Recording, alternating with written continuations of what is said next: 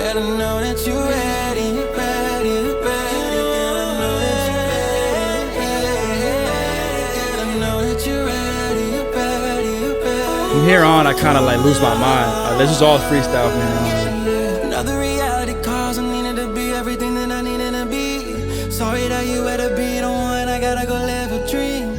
Baby, don't think that you alone when you say you're lacking sleep. Baby, don't think that you alone when you say you cry for weeks. What if the cards was in my hands, girl, would you wait for me? But we are not in control, only God's in control. Only God's in control. Cheers, bro. Cheers to this, man. Back in the summer when we used to talk in the back of a Honda Accord. We used to sit and talk for hours about to make believes. And now you're thigh living on high, looking up at the trees. Play me a song about the things that you say remind you of me, oh. It took me a minute to know my baby, my dearly departed. This ain't been no walk in the park. Look at it like here development, like no one building your ark. Tell me, do you even love me? Baby, don't feed me the lies. You ain't not telling the truth. I can just tell by your eyes. You looking at me in despise, looking at me with some guilt. Don't think I don't know what game you play. These melodies you wanna kill. And then it's going like, nah, I ain't really feeling none of that. and I'm gonna add some drums. We got a little beat change. It changed on my mind like I changed the key. Play it by mine and I sent you to Jesus. Yeah. Okay. I like this. Done with you. I ain't done. I'll do it all for you. I'll risk it all for you. I'll do it every single time. You my baby, I would die for you. Can never look you in the eyes and lie. I promise to tell you the truth. If only you knew how many times that I have dreamt of you. The way that I feel when I be inside, I know I was made for you. The way that you feel when I'm by your side, just know that I feel it too. I'm really admiring you. This melody moving your heart. Your temple is heavily guarded. I'm really a fan of you. Your girl's in the back of the V. Come out of peach IVs. Life is on D&D. You the leader, they following you. Keep me going, yeah. I'll do it every single time. You my baby, I would die for you. Whenever that you be away, you feel like winter, but we in the middle of June. And you wanna walk like a poster, telling me you want me closer. Love that we have a camaraderie. Now all of our love is free. I like 100 degrees. You are the one for me. She rolling up all my weed. I'm fucking up all of her seats. Hitting them hearts on all of them stories before she can hit the lead. Baby, you got that thing that be hard to find. Think I fell in love, I ain't gon' lie. Come bend it over, satisfied. Baby, come over, do it right. Girl, I know that you ready, ready, ready. Girl, I know that you ready, ready, ready. Girl, I know that you ready, ready, ready. For the countdown, for the takedown. Girl, I know that you ready, ready, ready. Girl, I know that you ready. What's good, y'all? Welcome to the GINTV Podcast. As always, your boy Rizz. And here on the sauce, guy. And before we get started today's episode, just that one favor. Please like, subscribe, comment below, share it. Is there anything else on the list? That's it. Just don't be a little thought. But today we got a very, very special guest in the building today. We do. We got someone. If Chris Brown and Mark Anthony had a baby, this is who he would be. This is who the baby would be. We got Marcusarodriguez. Right. How do you like that intro? What's up, man? I rock with it. Rock with it. I respect it. Man. Okay. That's the biggest compliment. So thank you. Nah, for sure, bro. You definitely give me like you have like a Chris Brown persona. Yo, for you know sure. what's crazy? You say Mark Anthony. I was actually named after Mark Anthony. I know. My middle name. I did a little bit of research. I saw. Oh, okay. I was like, all right. But yeah, like my middle name is Anthony. Okay, so, okay. Like, it's funny when people say things like that. Yeah. I'm like, damn, like But we got some segments for you today. I'm excited, bro. Everyone's gonna open up. So I'm gonna take off. All right. So we're gonna do a blind rank. So we're gonna do top 6. You don't know what song is coming up next, but based off of the song I give you, you just have to put it in an order.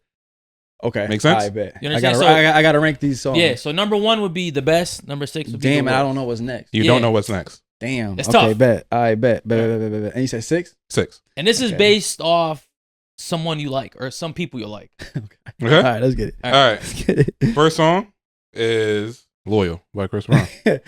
Oh, I thought you was going. Okay, Loyal. Mm-hmm. Are you asking me? Yes. Yeah. Your Or opinion. Are you my opinion? Yeah. Damn, 6. I'll probably put that at 4. Okay. Fuck. I just don't know what you're gonna say. I expected that. 4. Yeah. I expected that. That's the same choice. I'm Yeah, not blaming you. Same choice. 4. I'll probably say 4. All right. Next up, Billie Jean by Michael Jackson. Oh, geez, that's 2. 2. I'll probably say 2. Yeah, you don't know what's coming up next. I don't know what's coming up next. So Okay. All right. I'll definitely throw it up there. So we got Loyal at 4, Billie Jean at 2. Yeah. So we have No Guidance by Chris Brown. Oh, I'll put that at 5. 5. I don't know what you about to hit me with though. That's the He's thing. keeping a higher one safe. He's going at it smart. Right. He's going at it smart. Yeah, because I'm a real fan of his music. So Okay. like the hit records that everybody knows about, it's like Okay. cool. Cool. So next up we got Smooth Criminal by Michael Jackson. Oh, that's 3. Okay. And then we have Under the Influence by Chris Brown. Oh, that's 5. Oh, so that's number 1. I say. I guess no 2, 3, 4, 5. So you have 1 and 6 left. Oh, I forgot about 6. Oh, I'll put that at 6. Oh, Damn. Really? I mean, what's gonna be 1? Thriller by Michael Jackson. Oh, number 1, Bomb. All right. Yeah, I knew it. I knew. So, you happy with your? Okay, so all right, so I had so it goes Thriller, Billie Jean, Smooth Criminal, Loyal, No Guidance. No Guidance, and Under the Influence. And Under the Influence. Oh, That's okay. valid. Okay. I'll probably put Under the Influence over No Guidance. Oh, I would think so. No Guidance with Drake. That's tough. I feel like those are like kind of in the same tier, in my opinion. But Loyal is obviously the bigger one out of those 2. Right. You feel me? Okay. Yo, And there's nothing bigger play than that Michael. well. You played I it. ain't You gonna played hold it you. I very feel like I safe. played that well. You played it very safe. That's valid. If I would have seen them all like that, I probably would have chose it like that. Really? Okay. Okay. You could have gone Chris Yeah. Brown real There's early. nothing bigger, but that's why I was like, hold on, because there's nothing bigger than Michael. Mike, you know? So yeah. it's like, And that was real come on, safe. what's bigger than honestly. Thriller? That has to be number That 1. was real safe. That was safe. All right, All right, cool. Yeah. I don't think not too many people do as well as that. All to right, be honest. yeah, we outside. All right. So next up, we're gonna do a blind rank. All right. Okay. But now it's of your own music. My own music. Well, your last All right, album bet. particularly. Okay, bet. Okay. All right. So we're gonna do Rest Assured to start off. Ooh, top 6. Top 6. I'll put that 3. Okay. Okay. Next up, Breakthrough. The Breakthrough. Yeah. I'll put that at 5. Okay. Okay. Jada. 2. Great song. Ooh. Great Kind of song. figured as much. It's up there. I figured It's that up would there. be It's up that there. would be around there. It's up there, yeah. On the go. On go. Got- It's It's probably gotta be number 1 right now. It's gotta be Yeah, one, yeah, right? outside. It's gotta We be on one. go right now. So Okay. yeah, if I say 1, yeah. Addicted. Fuck that. I'll put Addicted at 1. No, Also, you can't. I ain't You can't. gonna- It's You can't. too late, man. It's too late. It's Fuck. too late. All right, so I'll put Addicted at whatever. You got to got be three. 4. You got 4 4. and 6. 4. Okay. All right. And then you have Look in the Mirror. Gotta be 6. Damn, it's gotta be 6. It gotta be right 6. now. I mean, that's Gotta be 6. definitely. On go Jada is like All right. So we got On Go, yeah, Jada, yeah, Rest Assured, yeah. Addicted, Mm. and Look in the mirror and then Breakthrough? the breakthrough, and then Look in the Mirror. That's Are valid. you happy with your list? That's valid. Yeah, I would say that. I would say so. What would you say rearrange? that is your favorite song on the album? Right now, it is. Okay. I would probably say in totality, like All right. What are your 3 Man. favorite songs on the album? on the album, I'd probably say Jada for sure. Toxic Love to me is an amazing record. You know, that was almost gonna make it on my list. that I'm not is gonna a lie to you. special I one. couldn't figure out which one to like That's take a out. special one. That's a special one. Okay. Okay. And it really depends on the day. Like every day is a different, like the season, the mood, Yeah. like what I'm going through. Yeah. You know, like everything is all like it differentiates every single time. But I'd probably say Jada, Toxic Love. Man, I'd probably say On Go Okay. right now. Or Wrapped Around Your Finger is hard too. It's really what like the people fuck with the most. Like gives me energy because like Yeah. people love Flame. Like the women love Flame. I mean, so You know, so I was like, oh, now I'm even more into excited it. about Yeah. it, you know? So On Go was number 1 for you, pretty much like through and through. Yeah. What was the writing process behind that? That was Or what was the inspiration for it? Yeah, bro, that was the last song off of the album. Like it wasn't even on the album. Oh, You know, it wasn't even there. It was the album was done. I was about to submit it and everything. Cause we was working primarily out of like New Jersey at the time. So Yeah. so like we was there, like New York, New Jersey. So we was there, we was about to submit it. And on the way to the studio, I was listening to you know what it was? It wasn't even that. It was during Fashion Week Mhm. in New York, and I was shooting the Addicted video. in the middle of that. Right. And I remember on the way back to Connecticut, I played the album for like a car full of people. Yeah. And I was just in the back just watching like body language and just watching like how they was reacting and stuff like that. And they loved it, but I was like, there's something missing. And I played it without On Go. It was actually a record that was in place of that, but I noticed like I just peeped the vibe. Like they got distracted. Right. So I was like, okay, I gotta add something there that's gonna keep them on Okay. go. You know, no the pun flow. intended. Yeah. So like I didn't even know what it was gonna sound like. It was literally like the week of like it was like 48 hours, so I had to submit the whole thing. And I remember I called Blurry and I was like, bro, we gotta stop everything that we're doing right now. I have the one right now that like I was on the way to the studio, like to Jersey. Right. And I just came up with that like in like my head. Like, I was like, whoa, like this is crazy. And then I went to that session and I kind of like pretty much put hold on what I was doing. And we just like made something like that. And it was quick. And and I had the whole video concept like in my head while I was recording and everything. And that whole process took like maybe a month. Not even so like for everything, the video and everything. Sits on songs for a long time like you do, would you say that's your quickest song ever?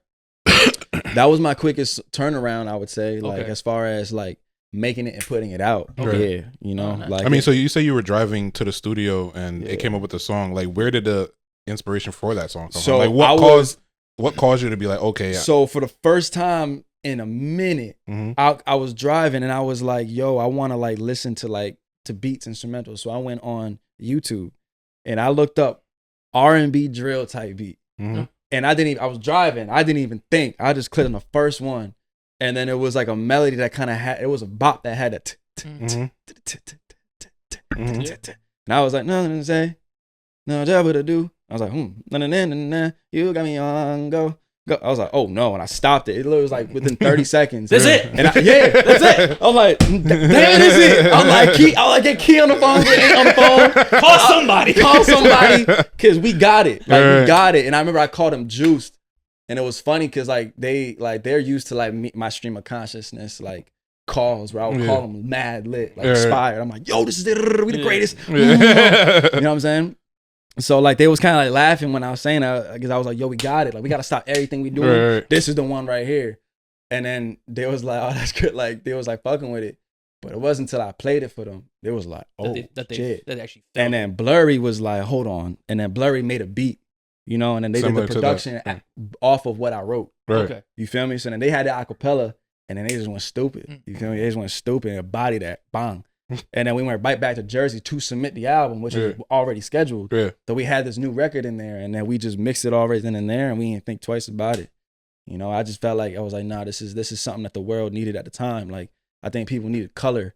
You know, people need color. People need dancing. People need more smiling right now. At the time, man. It was October. There's a shortage of vibes right now. Yeah, everybody depressed with NBA YoungBoy right now. But that's important as an artist. You got to understand climate. You know, and I was, you know, in October, you know, it was fall time. You know, it was the holidays about to come up. The vibration was really low around what was going on in the world. You know what I'm saying? Like, there was a whole bunch of shit happening. And I was like, in my mind, when I heard the melody and I saw the vision of the song, in my mind, I saw color and I saw community. You know, like those are the words that kind of came up. And I was like, hold on, I got to create a video that feels like those two words. Those things, you know, color and community. You feel me? And then I had an idea while I was recording. You know, and mind you, we in the studio, we lit now. Like, the thought is actualized. And we just over here dancing. We like, oh my God, this is ridiculous. Right now. Yeah, we on a trillion.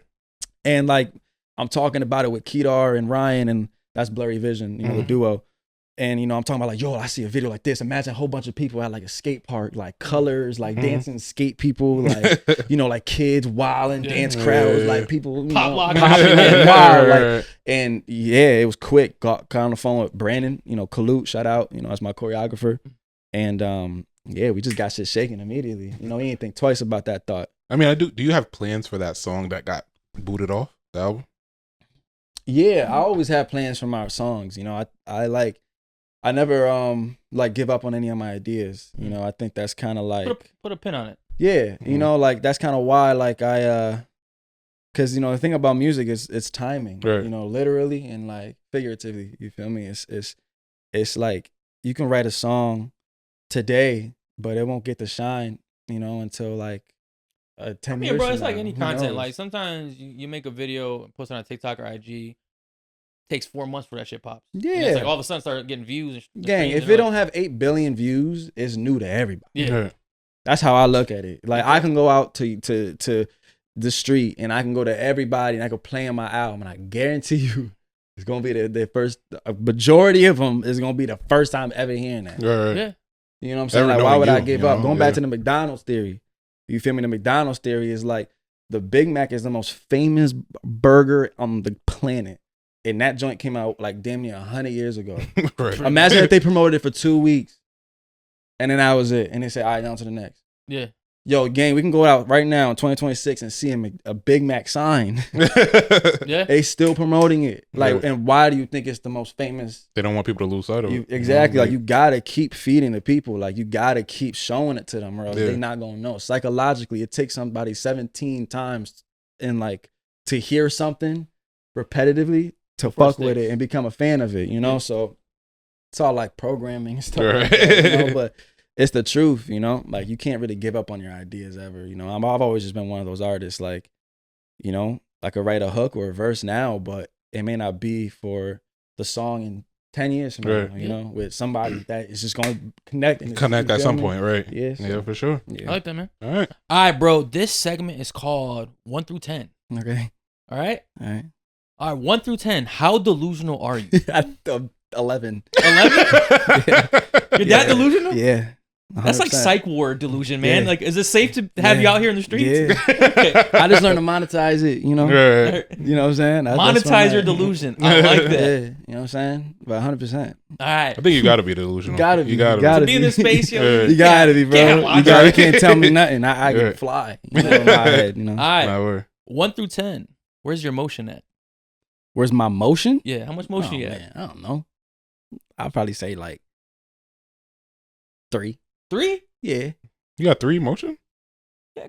Wait, what you mean? What you mean motion? Like motion, you know? Yeah, I probably say like how much pull you got? Like how much? You got no motion. In terms of what? Anything. Whatever. However. No, like I'll probably say like a 3. Okay. 2, 3. Damn.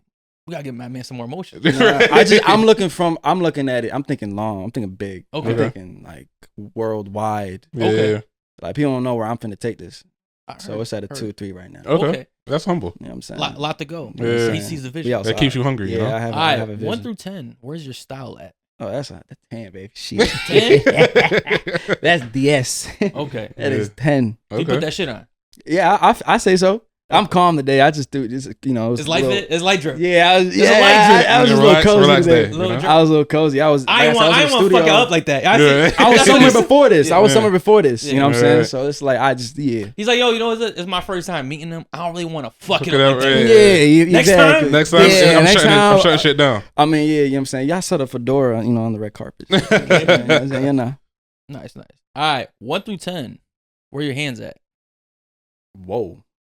Pause. No, like fighting wise. Oh, my hands? Yeah. Where your hands at? I'm like, I mean, how did you crush? I mean, I don't know. I'm not one to get in no fight, but I'm not the one to duck nothing either. So, you know, do what you want with that information. Give it a number. Shit. Depends how mad you get me. Depends what I'm fighting about. Okay. I'm gonna say like, I don't know. Depends. It's a tough one. Fight, yeah. Like street fight, if I'm really angry, like I'll give myself a solid, like if it's like my size, all that, I'll probably say like solid like 7, 8. All right, respect that. Yeah. Because it's like an anger thing. It's not a technique though. That's what I'm saying. I ain't fighting nobody. You just wilding. I'm just going all out. I'm biting your fucking neck. You know what I'm saying? Like I'm trying to, like you're not trying to get up. Trying to finish you. Yeah. When's the last time you got into a fight?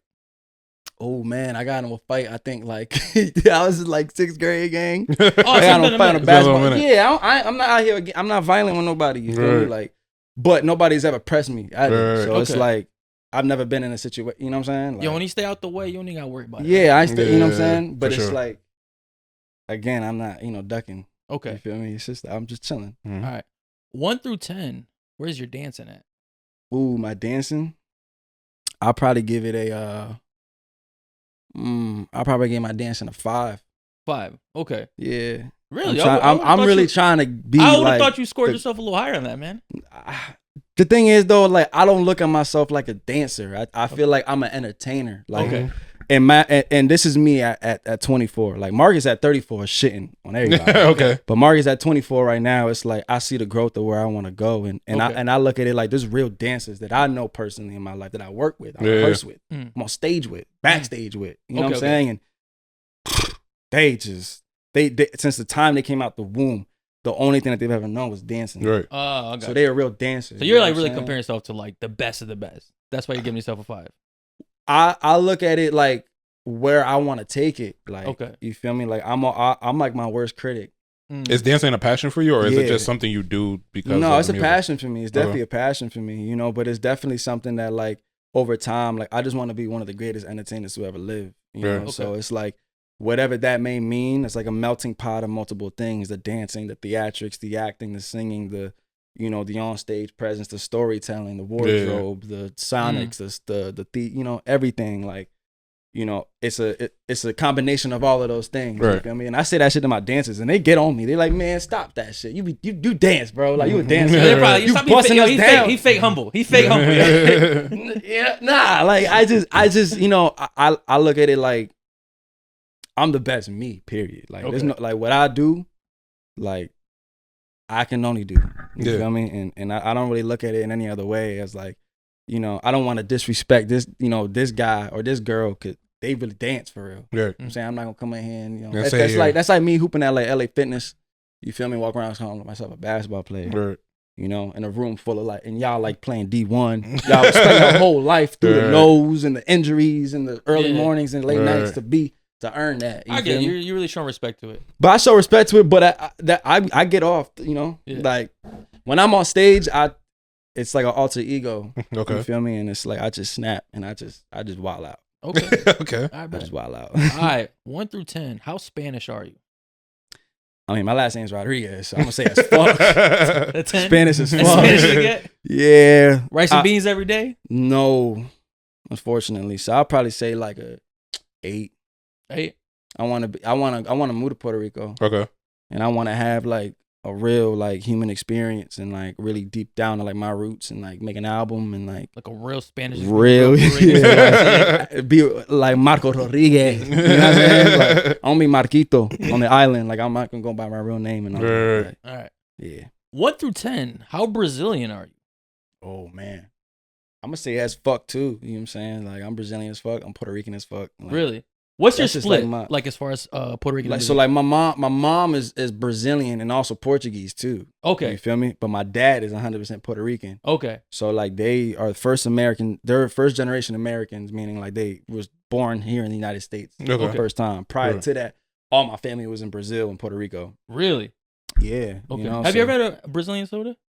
Yeah. A Guaraná? No. You never had a Brazilian soda? No, I had a Brazilian soda, but I had Samo.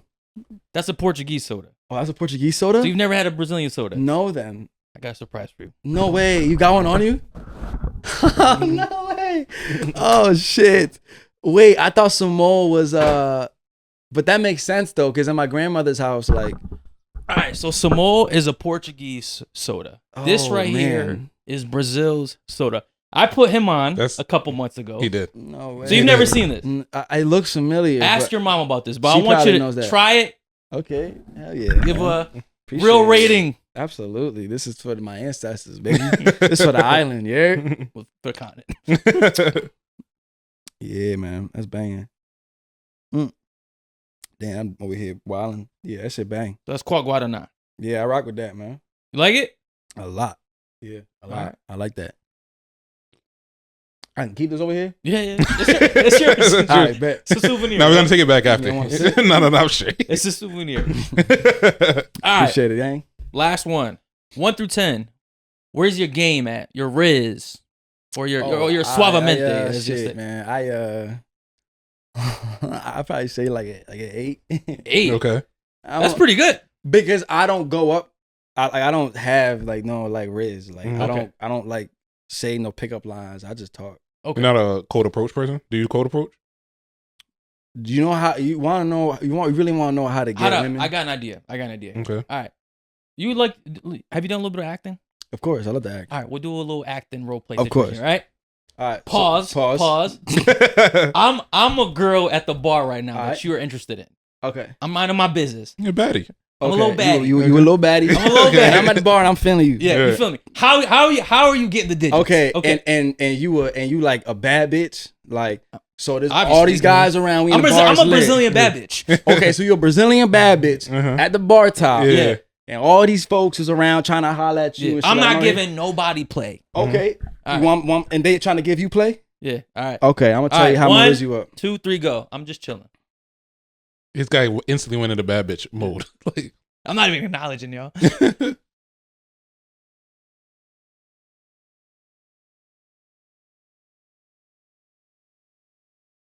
I guess that's it. Ignore her. That's how you get her. That's how you get her. Because how come she gonna be like, wow, all these dudes over here been bothering my whole night, and this man right here just minding his damn business. But I see him looking at me, and I see him see him look at you. So that's your technique. That's my. I don't. Yeah. Okay. Like I don't like. How I often don't. is that? What's your percentage of like, like? Listen. I'll be shooting. I'm a shooter. Okay. You know, but. Like sometimes I would dead ass go up to like somebody, but I just be honest with them. I'm like, yo, listen, like I ain't gonna lie, like I just think you're really beautiful. Like, okay. And I walk away. And just hit him like that. Let's hit him with that, and I just walk away. And a lot of times they're like, oh damn, like, they're trying to pick up a conversation, but it's like you keep on going. So how do you ever get them if you're just gone?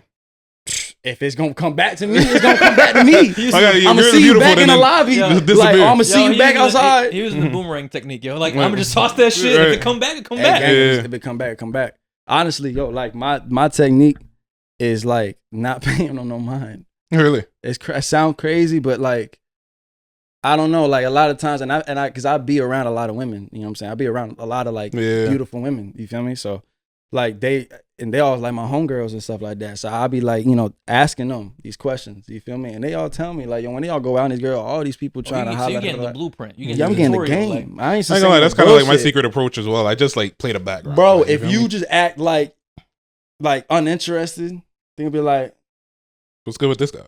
Why you uninterested? You seem so mysterious. I've heard that before. You know what I'm saying? Like, I don't know, like, you know, you can't get too excited. Right. That's the joke that they all be saying, like, oh, like he got too excited. Or, he got a little bit too giggity. Yeah, like you can't get too excited. But you gotta be smooth too. You gotta be respectful.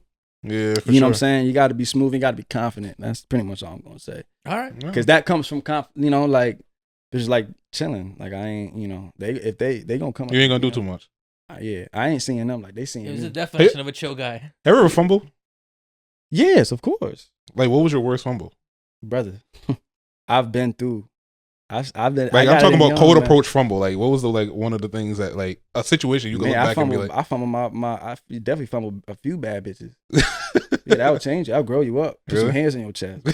Okay. Yeah. She'll wake you up at night. Yeah, she'll wake you up at night. You start replaying shit. Like shorty, like you know what I'm saying. Shorty in the club all night. You know what I'm saying. Michael B. Jordan there, celebrities here. And I'm like, shorty, it's 7 a.m. on a Tuesday. You gonna live. You feel me? Like, yikes. Right. Yikes. You feel me? Like, and it's always the ones that, like, it's never the hoes that, like, will break your heart. It's the ones that act all, like, innocent and be like, you know, for sure. like, the hoes you expected. Yeah, exactly. You go into it ready. Yeah, it's the one ready. Yeah, like, the ones be like, oh, like, I've been Taliban. They gonna break your heart once you figure out what's going on. It's like, damn, like. So yeah, I definitely fumble, man. You gotta know what it's, you know. You gotta feel the pain a little bit. You got to, man. Yo, you really ain't out in the field if you never fumbled. That's what I'm saying, bro. You know how many shots Curry done missed? Right. And he the greatest shooter ever.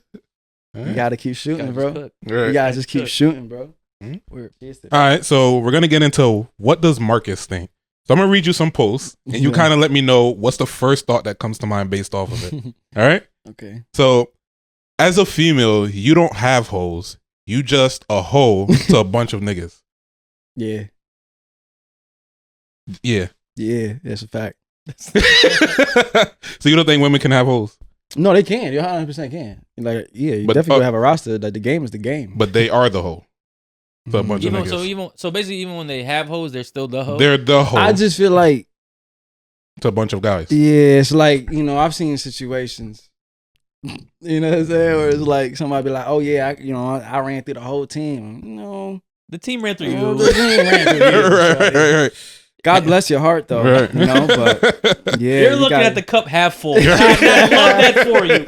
I love that for you. Right. There's another side. You thought you did something there. You thought you did something. Right. You feel me? Bro, it's like women are trying to like weaponize what men do. Like, yeah, girl, I took them out to eat, fucked them, sent them home in an Uber. That sounds like a paradise. Right. Like a dream. Thank you. All right, next up. Why are women against helping a man get on his feet?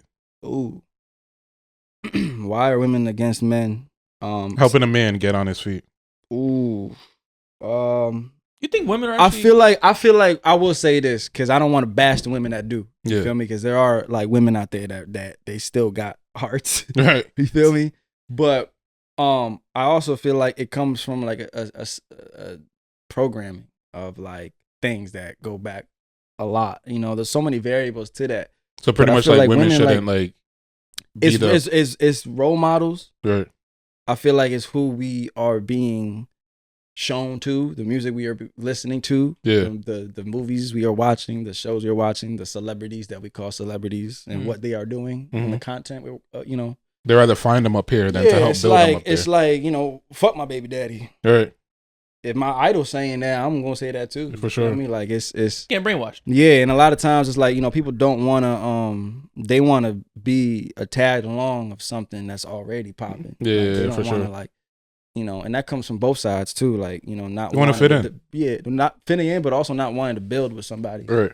You know, so people want to get there when it's already done. That's what I'm saying. Like process. Nobody, and it's like, but as soon as you get there, now all of a sudden it's like not everybody. Yo, it's like a girl curving you right now, and then when you're like at a Grammy, she's like, "Yo, what up, big head?" Yeah, I've seen that. I've seen that plenty of times. Like, I always liked that. I always thought you were cute. Like, how come you didn't say that back then? I've seen a lot.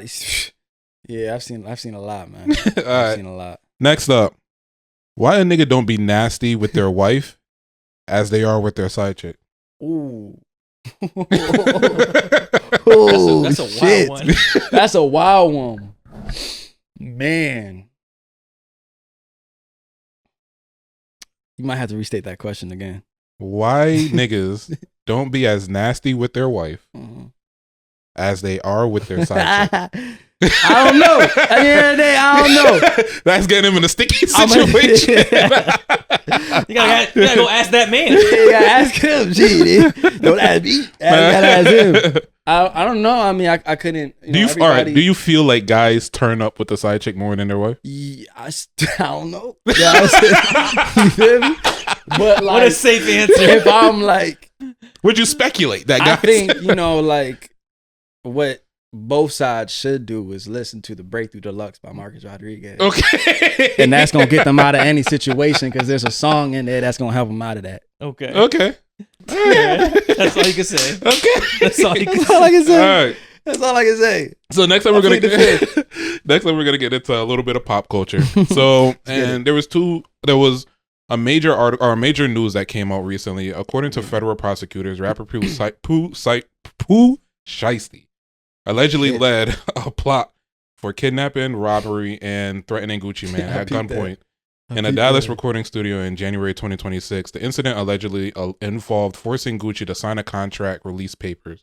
8 others, including his father, were also charged. So now my question to you is... His pops was there with him? Yeah, his pops was there also. Oh, shit. So now my question to you is, speculation is that Gucci supposedly snitched on Pooh Shiesty. Should Gucci get flack for not following street code? And they went over there to try to kill him? Pretty much, I guess. Or like they robbed him at gunpoint? No, so Pooh Shiesty wanted out of his contract. Yeah. Pretty much. I heard it was like 200 million. Yeah, like 20 million or something like that. Meeting with Gucci Mane, and they pretty much like, yo, on some like movie shit. Sign me out of this contract. Oh, we gonna since I'm blow here, your fucking head off. Run me that chain. Right. Yeah, pretty much. And then Gucci went out and talked about it. And then that's I don't know how the news came out. Like cameras, but they're saying that Gucci snitched. They're saying that Gucci snitched. He cooperated. He cooperated. I don't know, man. How old is Gucci? He's about to be 50, man. Man, I don't know. Do you think there's an age limit to street code? I feel like I don't feel like folks even follow. Like a lot of them cats don't even follow that shit. They all be faking it. Right. Like a lot of them, like especially in the limelight and the celebrity status, when you a mogul and you are a brand and you are an asset to brands, and you are $100 million product. Yeah. It's like they don't give a fuck about none of that, bro. Right. They care about that bag. You know what I'm saying? Like, and I don't know. It's like you hear the people that do talk about the street codes, like, and it's like the people that do file the street codes end up being turned on. You feel me? So it's like it's just bullshit. Do you feel like this messes up his credibility? It depends on. No, I don't feel like nothing. I don't think none of that from an artist and a creator standpoint and what he's done for the culture and for music. That's never gonna go away. You feel me? Like over this little incident. I mean, again, I don't know what's happening. A couple of like street dudes that have never done anything with their life. That's what I'm saying. It's like, man, that was me. I would have never snitched. Like, but you're not Gucci. Yeah. Like you're not even in no room like that. You're not even in no like. You know what I'm saying? It's like bots. It's like, you know, just online robots and shit. Like. So now, Pusha was recently released from prison. What do you think about him going as hard as he did towards Gucci? Do you feel like it's warranted to go back to jail, or do you feel like it's a situation he should have just kind of ate and move on from, being that he just got released? So damn, yeah. So how long has he been locked up for? I think like a minute, 3 or 4 years, yeah, 4 or 5 years. 4 years. Yeah. And then as soon as he got out, he was like, "Fuck." Yeah, he just went gun hole right back. Yeah, he just went gun hole on this guy. Hey man, nobody can understand that, man. I mean, you think this is worthy smoke? Like you feel like. I mean, you just did 5 years. You get out of prison. It's hard, bro. Like when you're dealing with that type of money and those type of people, like it does get dangerous. Like it does become a dangerous game, and it's not from people, you know, that are dressed like a thug or whatever. It's some people in suits. I mean, like, they do way more wild shit than anybody. Like they'll kill you, right? Like you know what I'm saying? Like I've never been in an environment that has like in that type of situation where that type of money is being. You know, talked about and threats, and it's like I'm gonna do this, I'm gonna block you from this and this and this and this because I know this and this person that control this and that. And if you don't do that, here's a gun. I'm gonna blow your fucking head off. I got 2 secure. Like it's like whoa, hold on. Like the average person, 99% of folks will never be in no situation like that. Thank God. But those are thank God, and those are the people that are online chatting, talking about what he did in that situation that he don't even know. It's funny because a lot of people are actually kind of siding with Pusha a lot. Like I've been seeing people it's like idiots, bro. It's the internet's full of idiots. Yeah, I mean, it's funny because a lot of people are pretty much saying that he's standing on business. You know, like he's not allowed to get his money. I mean, but that's what I mean. Like it's on both sides. The contract wouldn't even count it. You put a gun on my head. Like that's stand in court. But at the same time though, like I mean my point from both sides of the situation because it's like I've never been in a situation like Pooh. Yeah, where I've had that type of money that is supposed to be mine. Right. Apparently, if I was just in this environment for the last 3-4 years, and I come from this environment. And you got 20 million. So you got 20 million. That's supposed to be mine. Right. And I've been gone for 3-4 years, and that's 20 million to go to my kids and my X, Y, and Z. Yeah. And I've been off the streets and I've been off the stages for the last 3-4 years. Right. Like, well, I tell you what, he ain't getting that shit now. No, should have gone to fucking court. Should have gone the right way. Yeah, it's quiet. Yeah. But that's the. I don't know, man. It's like again, I don't know. I don't really give a fuck. All right, next up, we got Offset and Lil TJ in the news. So Offset was shot outside of a casino in Florida in April 2026 after a situation escalated into a fight. The shooting happened in the Valley area following a confrontation. Lil TJ was present at the scene and was arrested. He also was charged with disorderly conduct, but not shooting Offset. Police and reports say that Lil TJ did not shoot Offset. I'm emphasizing that because people are speculating that he's the one that pulled the trigger and shot him. So the question is, tension has kind of came about between the two because Lil TJ loaned Offset $10,000 for a gambling bet and debt. A gambling bet and debt. Do you think this far of an escalation was warranted? Yeah, for sure. Like it was bound to happen. You know, you play with like people's money like that, you know, and again, it goes down to pride and ego too. And apparently, Offset, when TJ asked Offset for his money back, Offset told him to get it back in blood. So he followed instructions. Followed instructions. Yeah. Okay. All right. All right. So yeah, it was gonna happen. So you think this it getting to this point is warranted? I feel like I don't know. I feel like, you gotta if you owe a man some money, you gotta give it back to him. Yeah. You feel me? Like that's number one. That's like, but at the same time, it's like, if he gonna say that, then he did what he had to do. He's just following instructions. Right. Okay. I'm not saying that it's warranted. Oh, I'm saying that it's not. I'm pussy? Yeah, it's just get it back in blood. What After you mean by that? You were down and I gave you $10K and now you were trying to tell me get it back in blood? Yeah, okay. Bet. Like, yeah. All right, cool. Yeah. So that wraps up this segment of what does Marcus think? Yeah. This segment is called Finish the Sentence. You ready? I don't know. Let's do it. All right. I'm ready. The 3 best female singers in Connecticut are... Ooh, in Connecticut? Yeah. Brianna Maya, Mercedes. The third one's singers. It's like singers, like yeah. There's no one coming to mind. Frankie with a lisp is the first one that comes to mind, but she like raps. Yeah. She rap her ass off. Like, yeah. She raps her ass off. You feel me? And she does like melodic shit too. Yeah. Man, I feel like you gotta get credit to like Kaylee Rose. You feel me? Can really sing her ass off. All right. Feel me? Is that your third? You going with your? You locking that in? Yeah, I feel like I'm missing somebody, and I feel bad. And if you've seen this, I love you. Yeah, I'll probably lock that down. Okay. Yeah. All right. That's your 3 best female singers in Connecticut right now. Yeah. All right. Next, finish the sentence. Without including yourself, who are the 3 best male singers in Connecticut right now? Best male singers? Yeah. Singers? Yes. Cadence. Oh, that's hard, bro. That's really hard. Why you gotta do me like that?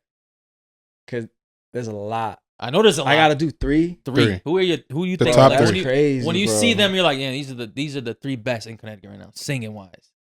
Not who's doing their thing, but who's the 3 best. That's crazy. You said not including me? Not including yourself. Man, that's crazy, bro. See, if I included you, you'd only have to pick 2. It'd be easier that's for you. OD. I'm gonna say Mike Minnelli. I'm gonna say Michael for sure. All right. Fuck, solid bro. choice. Can't go wrong there. I'm torn between but is Zay technically still Connecticut? I would say Zay. I would say like, but I don't think. I think he outside. He's outside, but he's originally from like Connecticut. I bet. Yeah, so definitely Zay. Okay. Man, that's hard, bro. Because I want to say Mizzy, and I want to say Cadence and Marco Giovanni. You gotta lock one in, man. Fuck, gang. Man, I'll probably say, Marco is hard, bro. I don't think y'all know who Marco Giovanni is, but Marco is another level. Another level? He's another level. Lock it in, man. Lock it in. But Mizzy, I've seen Mizzy work. Like, I'm gonna say Mizzy. Waterbury talent. I'm gonna say Mizzy. Grammy stamped. I'm gonna say Mizzy. Mizzy? Okay. Outside of me, I'm gonna say Mike, Zay, and Mizzy. For sure. That's respectful. Okay. Two from Waterbury. I like it, man. Yeah. I like it. Waterbury stand up. That was tough. Yeah. We don't fuck around here at GINTV. Okay? Yeah, no, that was tough. That was tough. That was a good one. Okay. And all right, this one, don't feel forced to say us because you're here. No pressure. Okay. All right. Finish the sentence. The best 3 media spaces in Connecticut right now. Outside of y'all. Yeah. I'm gonna say Kickback with K. Shout out to my guy K. Great choice. I actually just met up with him yesterday. Yeah, good guy. Great guy. Great guy, man. K, I'm gonna say 2-time. Like, okay. 2-time outside right now. Like, they got like Hartford City on lock. Okay. Like, yeah. Definitely a big platform. Definitely a big platform. I'm gonna say Weed and Whiskey. Weed and Whiskey. Okay. The Bros. The Bros. Or the bro. Yeah. Yeah. Damn. No, that's it. I feel like I'm missing some, but those are the three. Lock your 3 in. Yeah. That's it. Yeah. Okay. All right. Great choices. Oh wait, Mike Squires though. I forgot about Mike. Who you subbing out? I can't sub no. I fuck with all. You could. There's no rules. There's too many. There's too much talent, bro. It's hard. Yeah. But those are the first 3 that came to my mind. All right. Because Mike does so many other things. Yeah. You feel me? Like at once, that it's like the podcast thing is just like one of his legs. Yeah. You feel me? So I'm not gonna put Mike in that conversation just because Mike is like already outside. Like, Right. Okay. You know, doing his thing. I like how you say face on that one. That was good. Yeah. That's good. That's good. That's smooth. Yeah. All right. Finish the sentence. If you could switch your life with anyone for 24 hours on some Freaky Friday shit, who would it be? LeBron James. Yeah. I get LeBron for the day. Just to see what that's like. Yo, being a 6'8" multi-millionaire? That can't hurt. Like, with all that, like, I wonder what like his day is like. You know what I'm saying? Like, what's the first thing you're doing? You wake up as LeBron tomorrow.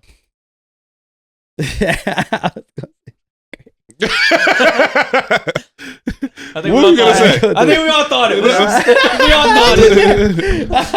I ain't gonna say it, man. I ain't gonna disrespect the family.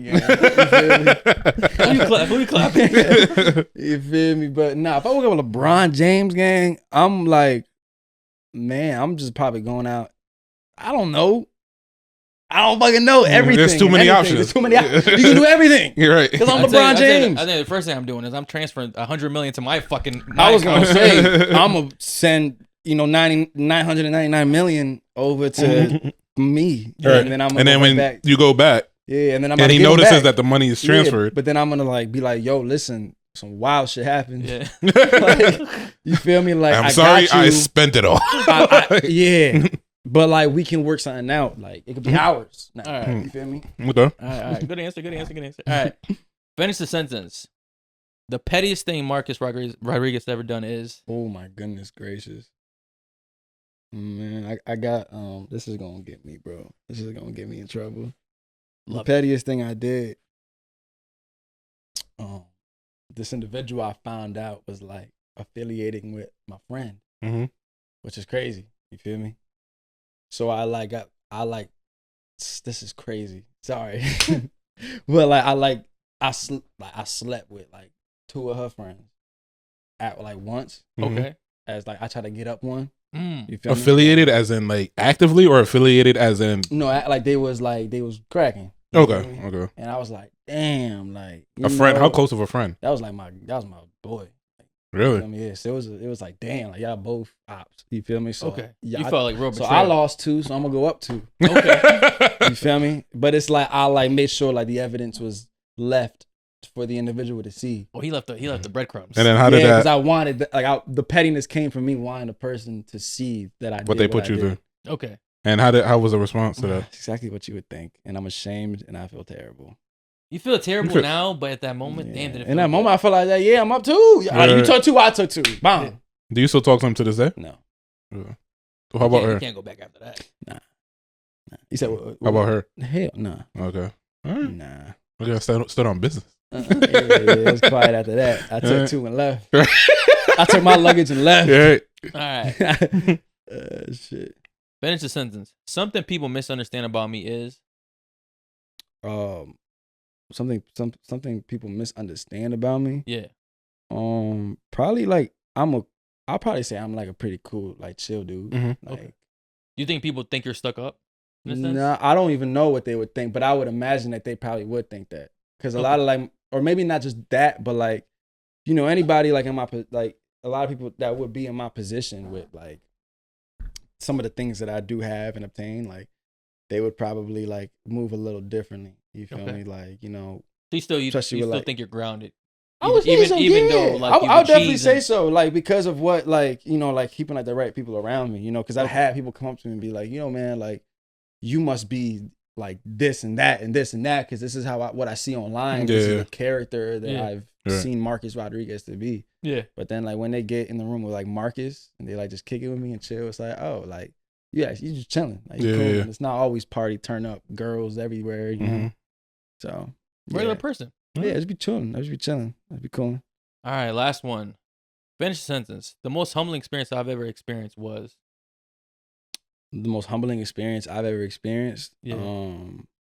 Definitely fumbling a bad bitch. I'll do it to you, gang. I'll do it to you. How bad was she? Walk me through the fumble. Yeah, bad. Life changing bad. Damn. Yeah, no, it like bad. What did you do to fumble it? Did you say the wrong thing? Did you? I just like got too excited.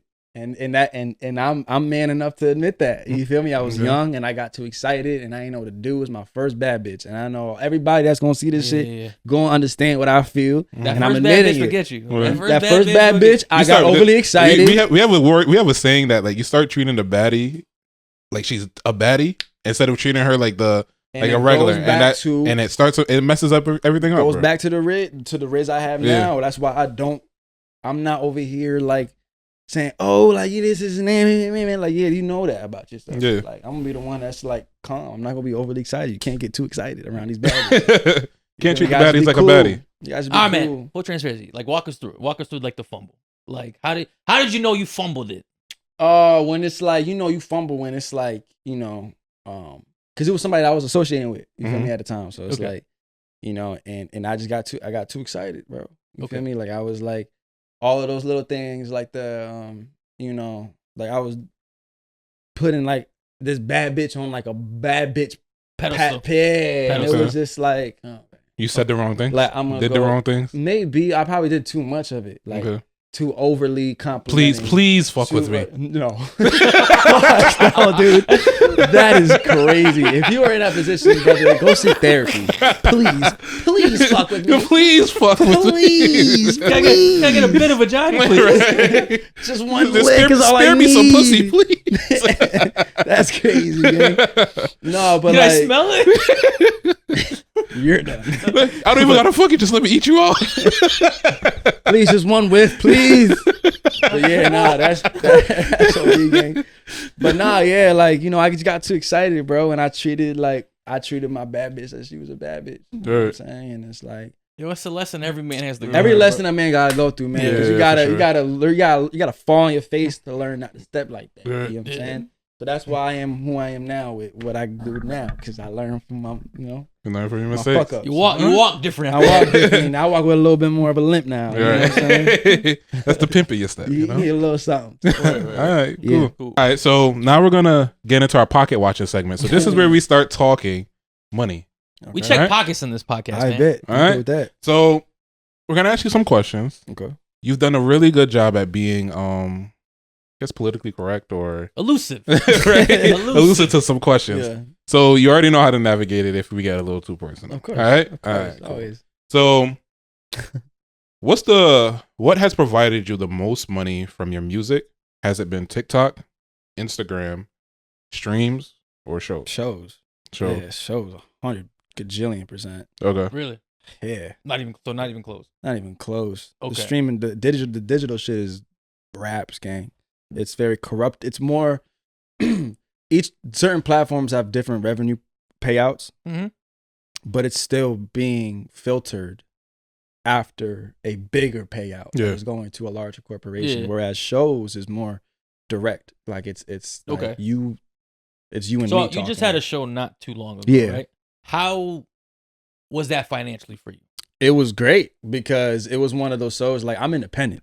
Okay. Like, I'm not signed. I don't have no magical investor. I don't have no executive. I don't have no radio. Using all your money. I'm using all of my money. So I know, obviously you have blurry vision. You have a management team that I'm assuming gets some type of cut from the show, right? Yeah. So how does that work? The way it works is really kind of pretty much broken down in like I have pretty much like a production cost. Like, pretty much what we would do first is like we list out like a production sheet of like what everything is going to cost, meaning like the DJ, the drummer, the piano player, the dancers, the rehearsal spaces, the X, Y, and Z's for that show. Yeah. And for every show that I have. Okay. You feel me? So like, since I'm coming out of pocket a lot, like, it's one of those things where like breaking even is kind of like good. Hell yeah, because I'm walking out of there like unscathed. Yeah, but getting like but that's kind of like the bare minimum. So it's like everything that is being profited from that, it's like it's not going to a label, it's not going to X, Y, and Z, it's going to me. So then I use that to then flip it back into it. You feel me? And so how many shows have you funded already? Every single one. Like literally how many? Ooh, fuck. 4, 5, 10. Probably like. Hold on, let me think about this. Boom, boom, boom. I have 4. I had 4 shows in 2020. I had 5 shows in 2024 that I fully funded. Okay. 2 shows, 4, 5, 6, probably 8 shows. All right. So out of those 8 shows, how many did you actually break even and how much did you actually take some all profit? Of them. So you broke even on every show. Yeah, thank God. So bro. is it Thankfully. like, all right, so you do that first show, you break even, now use that money for the next show. Yeah. How are you actually getting paid off it though? Or are you even at that It's point? consistent. It's all about consistent reps. Like, you gotta spend money in order to make money. No, I understand that, but like, all right, say you do a show, right? Yeah. Say a show costs is $80,000 to Okay. Yeah. to get through, right? Yeah.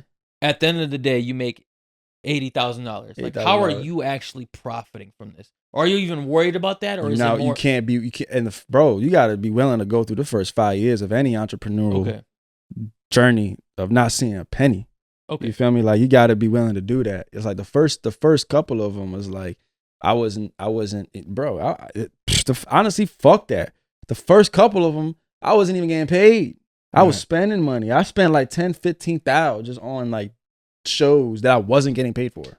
But these are your shows. These no, there was shows that I was doing around the way. Okay. Just to build, because I knew I was like, I gambled. I was like, yo, 2024, I'm gonna invest everything into my show. Okay. Because I want to create a separation.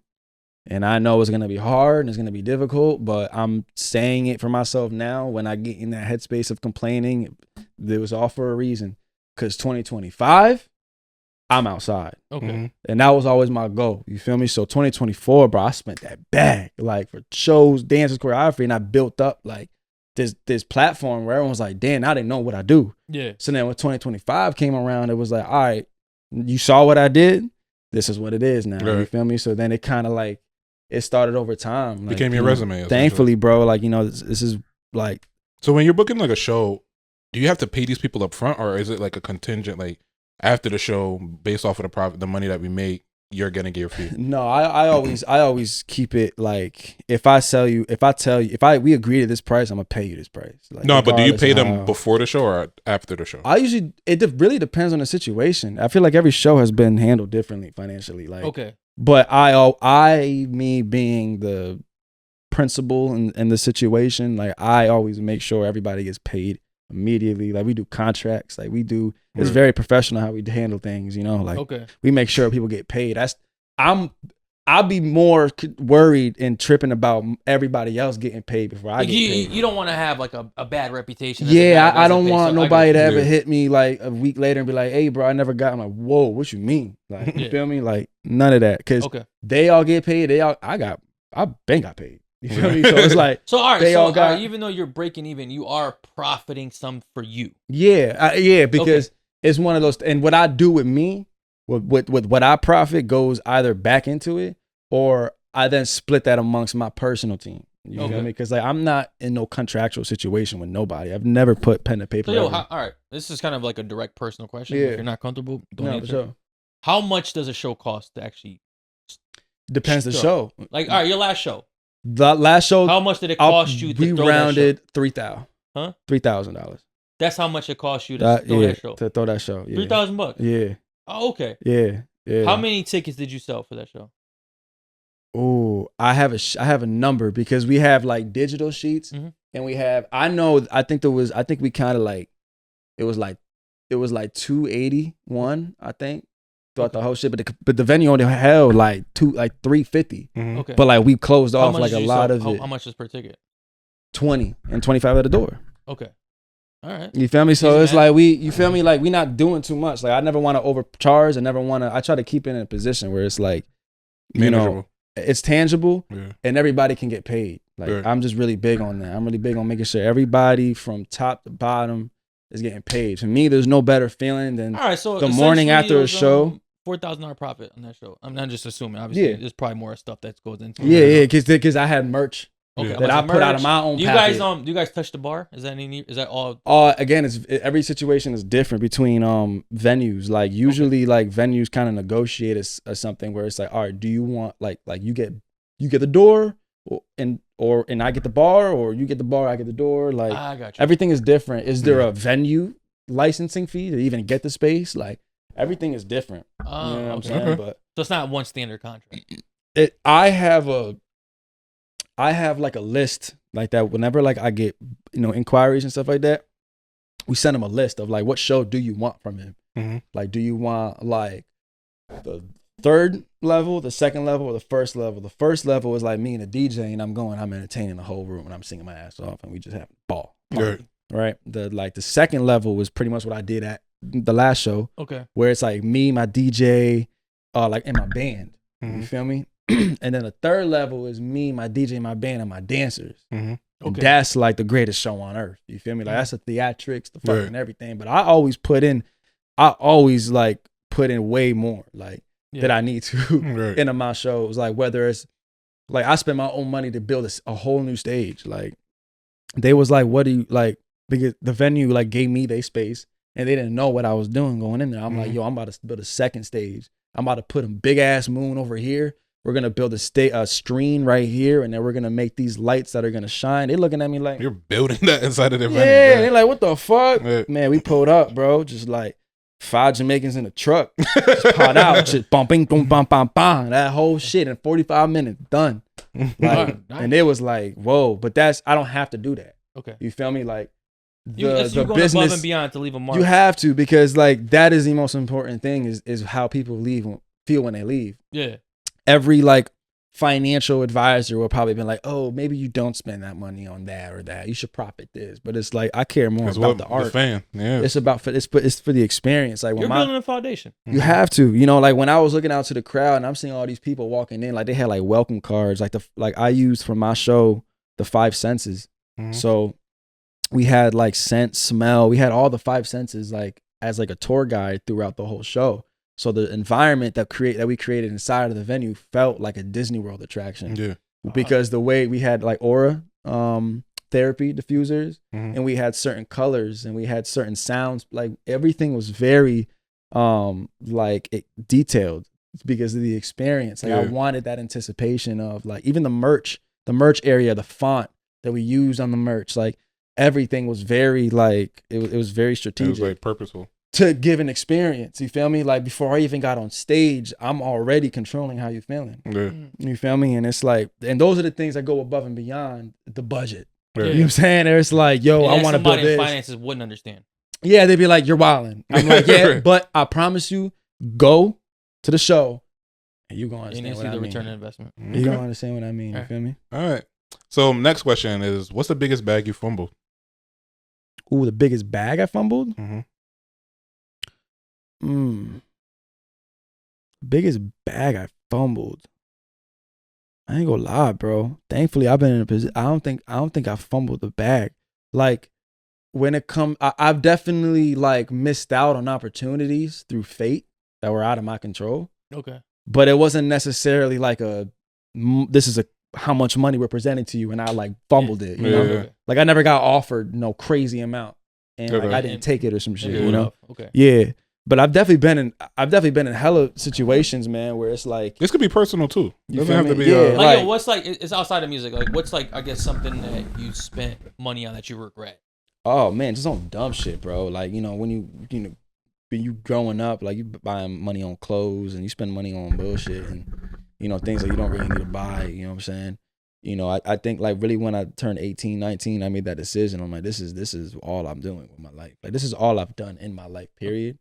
But once I started to involve my own money and my own capital into the situation, you know, like that's when I was like, I got to make a decision. Like, am I dead ass or am I just going to do this for a little bit? And I was like, no, I'm dead ass. You feel me? So like, I've definitely spent like, it went from, you know, every single, like to me in my eyes, like, am I going to spend $20 on this shirt or am I going to use this $20 on an ad? You know what I'm saying? To like put out this, you feel me, content. You know what I'm saying? Like that's where like my mind is at. Right. So like, but that comes through trial and tribulation of spending money on bullshit. Yeah. And someone being like, you know, like, yo, like this marketing plan costs this much. It's like, whoa. But it's like, if you saying that this digital push can receive this, you know, projection, like, why not? What an idea. Yeah, duh. You feel me? Like, fuck the shoes. Fuck that. Fuck you and you. Right. Like, we outside. You know what I'm saying? Like, picking up shifts, like whatever I gotta do. Right. You know, so cool. What financial advice would you give to a new artist?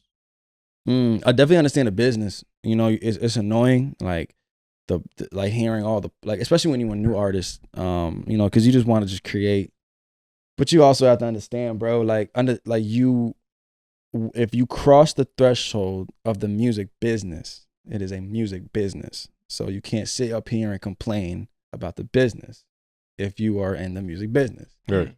So it's like, once you cross that threshold, you can either make music for fun, you do whatever the hell you want to do with your life. But if you want to be in the music business, you got to understand how that business works. Like it's X's and O's. It's a data and tech business. It's algorithms. Not everything's sweet. You're not gonna. Not everything is sweet. They're gonna be very cutthroat. You are Marcus Rodriguez, the product. And the thing is, I don't have an alias to detach from. Yeah. So it's like I always cringe when I talk about my name, like even just say my name, but I really mean that as the Big Mac. Yeah. Like that's the thing. Like Marcus Rodriguez, the product, is a product that is like valued off of revenue, the algorithm. You know what I'm saying? And do you as a human being have the nervous system to withstand that? Because at the end of the day, that's the truth. That's the reality. You know what I'm saying? Especially if you want to get into like labels and majors and shit like that. Bro, you get signed to a major, you are now competing with the Sabrina Carpenters and the Travis Scotts and the Billie Eilishes that they're investing in right now. Yeah. So if you not making no revenue like Sabrina, you gonna stay over there. You're gonna get us. You gonna stay over there and we gonna write this tax write-off off. Yeah. You gonna stay over there until you can compete with these numbers, because after Sabrina, we got The Weeknd. And he's bigger. And we just got the call that Bruno wants to drop a new album out of nowhere. So he's fucking everything up. So we pushing everything back 12 months. So you can't even compete with that. You know what I'm saying? And the nervous system, I feel like that's my best advice, bro, for like a new up and coming artist when it comes to the financial side, is like, just understand like how that shit work, you know? Like make sure you come to sessions with a hard drive. Make sure you understand how split percentages work. Make sure you understand how publishing works. Make sure you understand Sound Exchange and BMI and ASCAP and District. That's all that shit Chris Fear was talking about, bro. You want it, bro. No, like those are all the things you gotta know, and it's annoying, bro. Like trust me, like I feel you as an artist. I feel you. Like that should be annoying because you just want to make the music. And then but there's a whole other side to it. But do you want to just make music, or do you want to be in the music business? You feel me? Because it's X's and O's to them. You feel me? Like I walk into a label right now. I'm not going in there on some like, oh, I just want to make music and just follow my dreams. Just want to vibe out, man. Just want to make vibes that people can feel. I ain't trying to hear that bullshit. I'm talking to the NBA executives of music. Yeah. They ain't giving a fuck about none of that. What are the X's and O's? What is a projection? What are we gonna do? What is a game plan? What is the mark? What are the brands that we're gonna partner with? What is a color palette that we're gonna use? What are we doing? I'm not gonna come over here and talk about the sad shit. I ain't trying to hear about none of that. You feel me? Like it's like Shark Tank. Like when like Shark Tank with the sharks and like that's exactly how the music business operates, bro. It's exactly like Shark Tank. They just make it seem a little sweeter. But you better go in there with a product that's profiting or making some revenue. Shark Tank, they talking to you for 15 minutes. There's only one question that they give a damn about, and that's how much revenue you made last year. Because you could have offered the greatest shit, but if you like, oh yeah, we've been in the red for the last 8, they be like, wow. All right, I can't do that for you. Yeah, all right, shorty. Like, you know what I'm saying? You'll get there someday. Yeah. You know what I'm saying? Call us if you need anything. That bullshit ass lie that rich folks say. I got a question for you though. What is the dollar amount that you would sign to a major label for? It's not a dollar amount. It's about the opportunity. It's about the situation. It's like, let's build a career together. Like it's like a marriage. It's like asking somebody to marry you. Yeah. You feel me? You putting your whole life in. You're betting your whole life on it. Yeah. You feel me? I'm betting my whole life on it from an artist perspective and from a labor perspective. You feel me? And y'all betting y'all whole life on it from a financial perspective. If anything, y'all the ones that are in more risk than me. Y'all the ones putting up all this damn money. Yeah. You feel me? In an opinion-based sport, which is wild. You feel me? Like that's why the music business, they say, is the worst business to get into.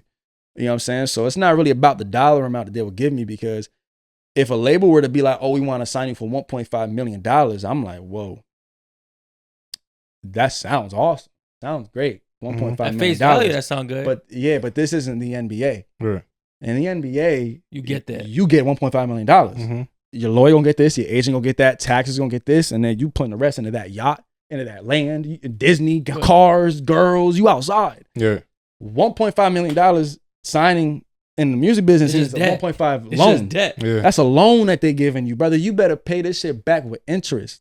You feel me? So, and a lot of the times it's split where it's like, yo, we're giving you a $1.5 million loan, And but they're not putting it to you like that. They're saying it in a magical way that's gonna make you all smiley, and then you have your face on the TV. Good, you know? This shit feel good. 1.5. Yeah, you got your face on the screen when you walk in. Your favorite drinks and food is like, welcome, Marcus. You know what I'm saying? Y'all know I like Wendy's. Yeah, like bullshit. Like bullshit. Like hey, like y'all like me. Y'all like me. Yeah, like y'all want to offer me 1.5. All right, but they really want 6.2. They want blood. Mm-hmm.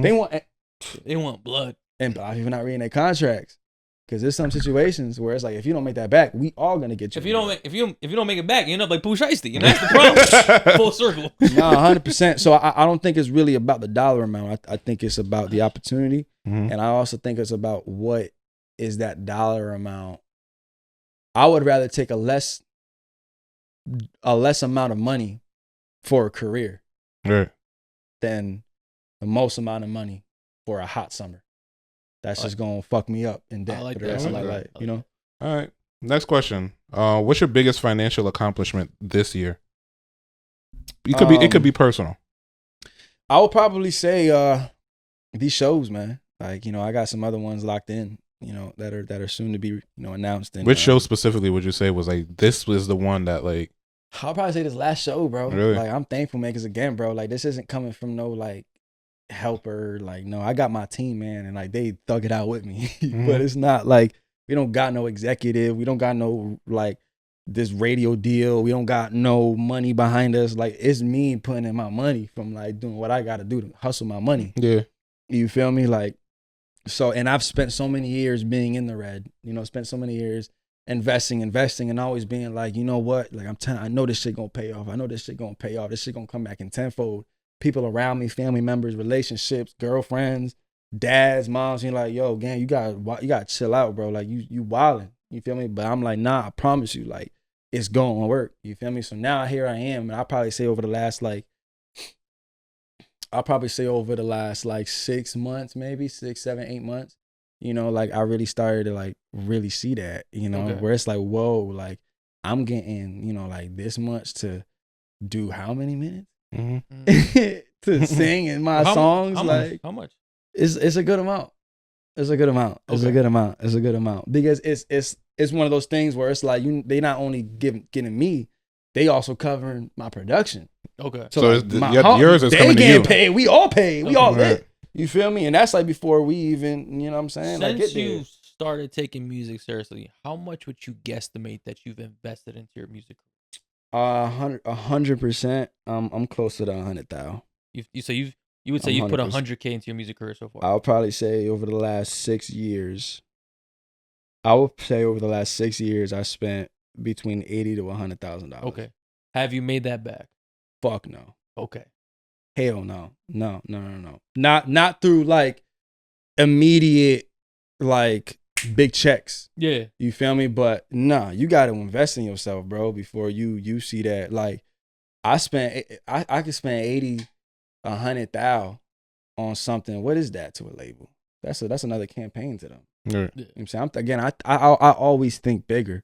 You feel me? Like I'm looking at Marcusarodriguez in 5 years from now when I'm getting 80 to 100,000 for a show. For show. Okay. For 45 minutes. I like that, man. Yeah. So it's like, ooh. Optimism. The fuck I give a damn about these last 6 years. You feel me? If I'm going to go upstage and do 20 minutes and I walk out with 100,000. Yeah. And that's one night. And we got 87 more of these bitches in these next 4 months. You know what I'm saying? So. All right. My last question to you is, what's your hardest financial struggle that you're having right now? 2026, living in America, you know what I'm saying? Living in society. I mean, personal financial struggle. Like, what's the thing that you're struggling with? It could be overspending, a habit. I think it's a general thing. I don't think, and I think this is for everybody, and this goes beyond music. I don't think people really have an income problem. I think people have a savings and spending issue. I feel like a lot of times people get influenced by what they see online, the content that we're consuming, and we overspend. Like if you talk to any billionaire, you know what I'm saying? Like they wearing $25 shoes and the most richest folks that I've ever been around, you will never know. I was in, I ain't gonna say his name, you feel me? But I was in Atlanta with this an executive, you know what I'm saying? He's actually a lawyer. And he's a very, he's all right. You know what I'm saying? He's doing okay. He's doing very okay in life, like very okay.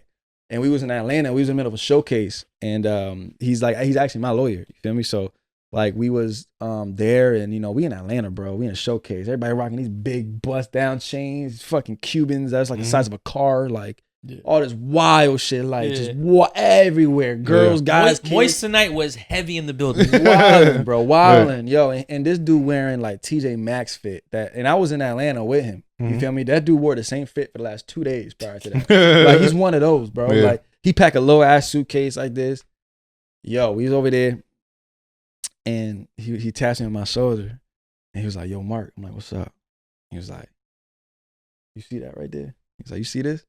I'm like, "Yeah." He's like, "This shit worth more than everybody's jewelry in here combined." And I'm like, yeesh. See, yo, and I do. But he's smooth like that. He's not telling nobody. He's not loud about it. See, but yo, that's I hate that like fake kind of thing about rich people, cause they rock expensive shit. It just ain't as flashy. So I hate when people say, "Well, wealthy people don't spend money on expensive." Yes, they do. You just don't. It's so rich that you can't even understand it. It's a regular black tea. That shit $500. Yeah, that's what I'm saying. Yeah, like. Yeah. But and that's another thing too, man. Like but it's a different, I don't know, because for me, like I would never in my life spend no type of money like that on no clothes. You never know. Again, bro. like I'm not sitting on $100 million. Yeah. You never know. What's a $500 shirt to, when I'm up 100. If you like it, you like it, Yeah, and it's like, so. Yeah. I don't blame people, you know what I'm saying? You gotta, do what you gotta do. All right, cool. Live your life. All right. Okay, man. This segment is called If You Could Say Anything To. So I'm just gonna give you some names, and you just tell me what you would say to them if you were face to face. Okay? Got you. If you could say anything to Trump, what would it be? Whoa, Trump? Yeah. Bro. That's what I would do. That's all that's needed. That's enough. Bro. That ass? Bro. That's what I was saying. For real? I was saying. I'm not even gonna say nothing. I'm just gonna. Bro. Come on. I'm just disappointed. Come on. Enough is enough. Let's be for real. Let's be for real, man. Calm down a little bit, gang. All right. If you could say anything to the guy who owns the IG handle Marcusarodriguez, what would it be? You fucking suck, bro. You trash, gang. Stop making that bullshit. Have you tried to buy it from him? Oh, you talking about him? Yes. Oh, yeah, I did y'all. Yeah. I'll be like, bitch, I'll pull shiesty him. Yeah. Run me the handle, yo. Run me the handle. He gonna be so caught off guard, bro.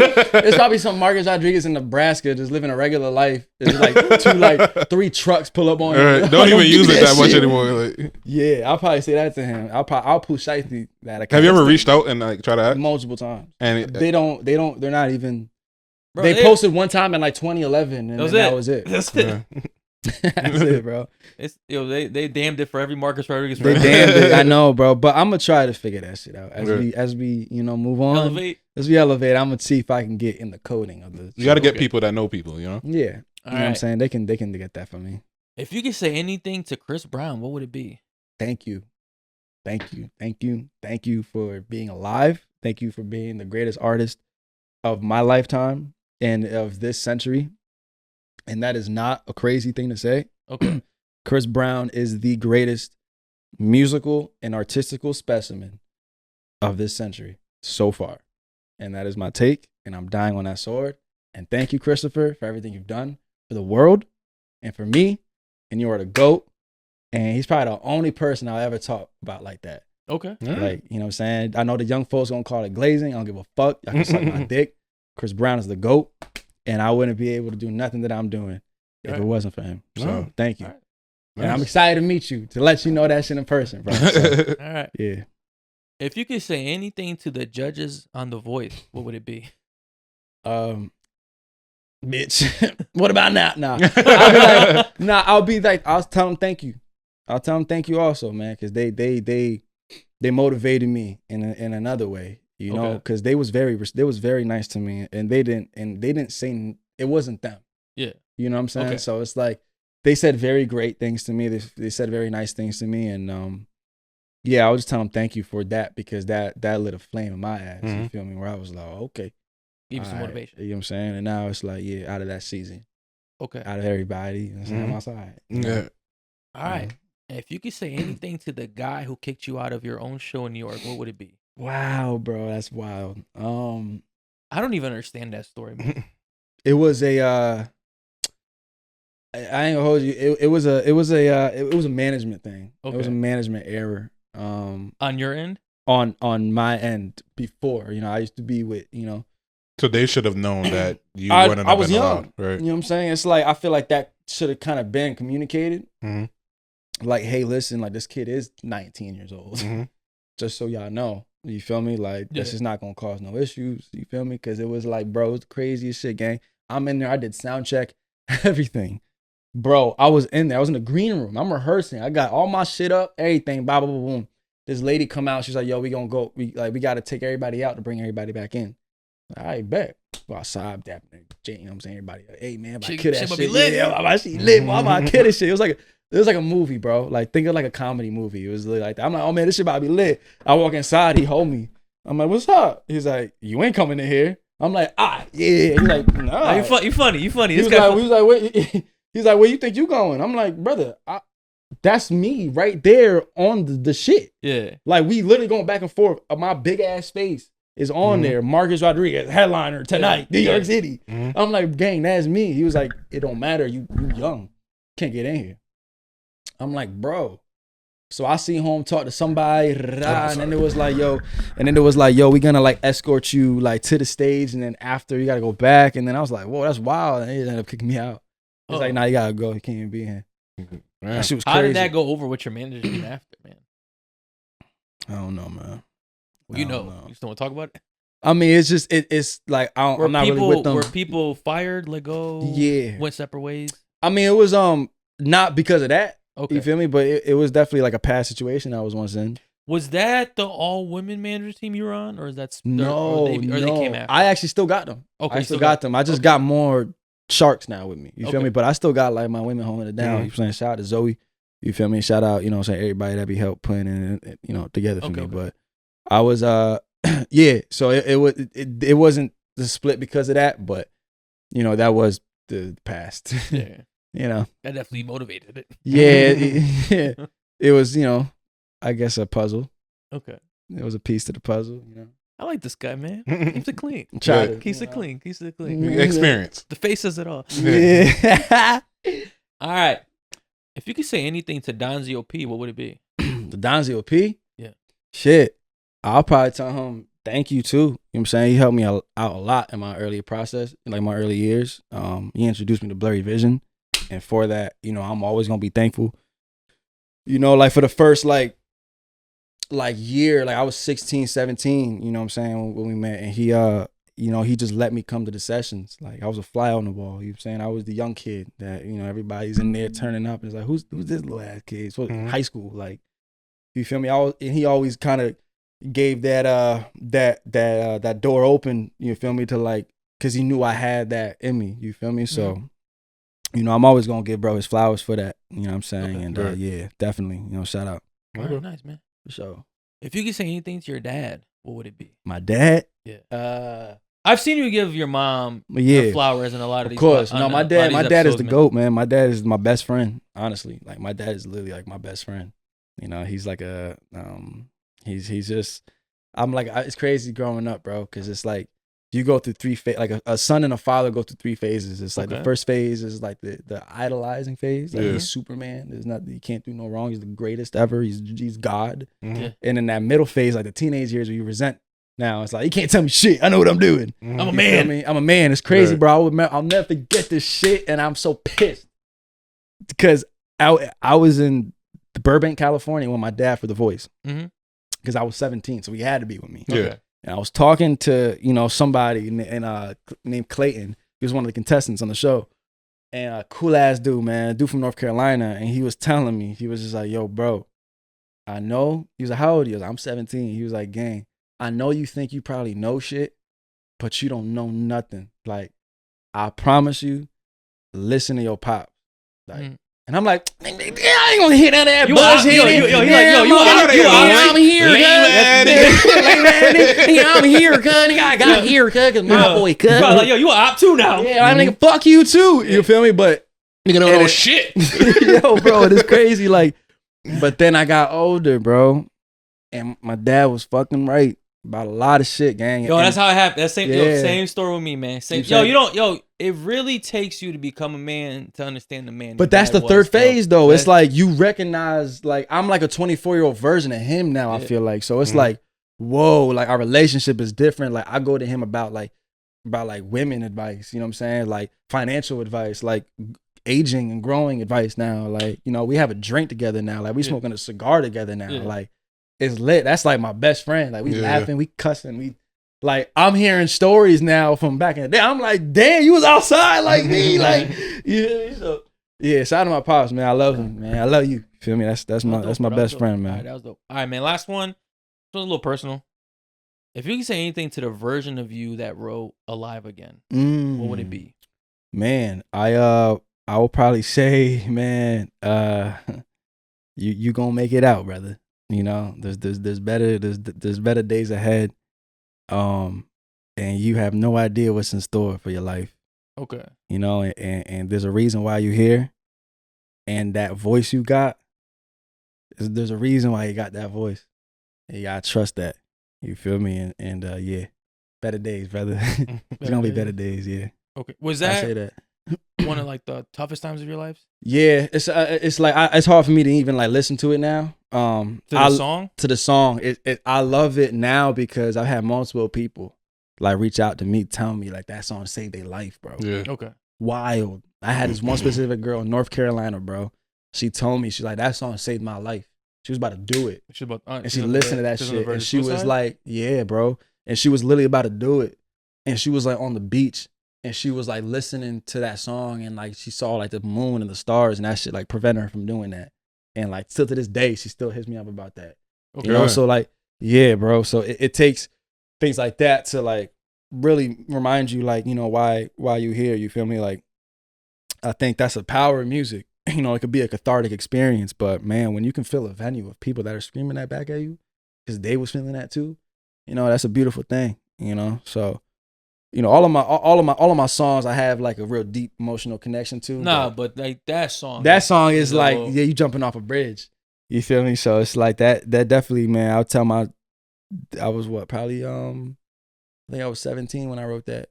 Walk me through the pain of like writing that song. Like, where did it? I was in the middle of like a wild situation. Mm-hmm. You know what I'm saying? Like I was in the cage for a little bit. You know what I'm saying? So it's like So obviously this is a touchy subject for you. Yeah. You kind of talked about it a little on some other podcasts, and it seems like I don't want to pry too much and make you uncomfortable. Mm-hmm. What does it mean though when you say you were in the cage? Like I was I had to spend some time in the hospital. You feel me? Like, and this is honestly my very first time ever like talking about it. Yeah. You know, so it's like was the psych ward? Yeah. Okay. You know what I'm saying? I had to spend some time in there. Okay. You know, I was so what was that experience for you? Like, man, I guess, you know what, bro? We gonna talk about it, bro, because I feel like this is a story. He works in a psych. Oh wow, word, yeah. So like, I think it'll be dope, man, to kind of use.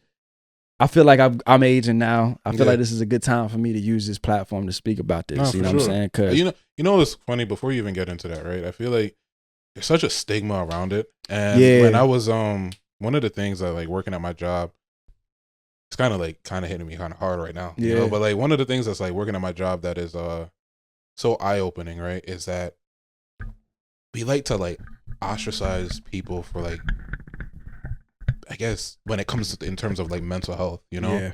But like there's so many people there from so many different walks of life that like bro. You know, it's crazy. Just need that support for that moment, you know? Yeah, it was my experience was wild. Like real wild. You feel me? Like it was very it was traumatizing in the sense of like it made me like it was crazy, gang. Like it was. So walk me through it, like kind of like what. So it was literally what like I was in like a room, kind of like maybe the size of this. Like, yeah. But I think it was like a week straight, and it was like I ain't have access to nothing. It was like I feel like I was in jail, bro. Like I didn't like I couldn't because there was so many precautions. You feel me? So I couldn't have none of my jewelry. Not even that. They had like a little window. You feel me? Of like where they could see me. So like the only interaction I kind of would get at certain times was like them peeking through. You know what I'm saying? Making sure I'm still good. Yeah. And I ain't have nothing. You feel me? Like, and I would get my food like in a tray, like slid through. You feel me? Like a lot of like just like little therapy sessions and just like a whole bunch of crazy shit. And you in a room with other like kids. You feel me? And it's like they telling about their stories, and it's just wild. And this lasted for like a week. I believe so. It was, I ain't gonna hold you, it was a minute ago, and I kind of like erased a lot of that from like my mind. Yeah. But it was definitely a few days for sure. It was around the winter time. You feel me? So the only thing that they gave me access to was a piano. You feel me? That was the only thing. It was a keyboard. It was a bust down keyboard. So like that's the only thing that I had. That was what kept my mind going, was playing the piano, singing. You feel me? So I wrote that song there. Okay. You feel me? And like that kind of like helped me get out of there in a way. So like when I got out, you feel me? And then I like recorded that song and I put it out.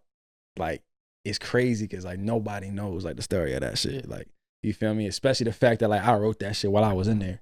How were your parents through that situation? Like when you're going through how any parents would be. You feel me? When it gets serious. You feel me? You know, but I'm thankful for them because my family, like, they held it down. You know what I'm saying? Like when it got to a point where I was like, yo, I can't be in here no more. Like, you gotta call them. And it's like, no, I think we should. Fuck that. I gotta go.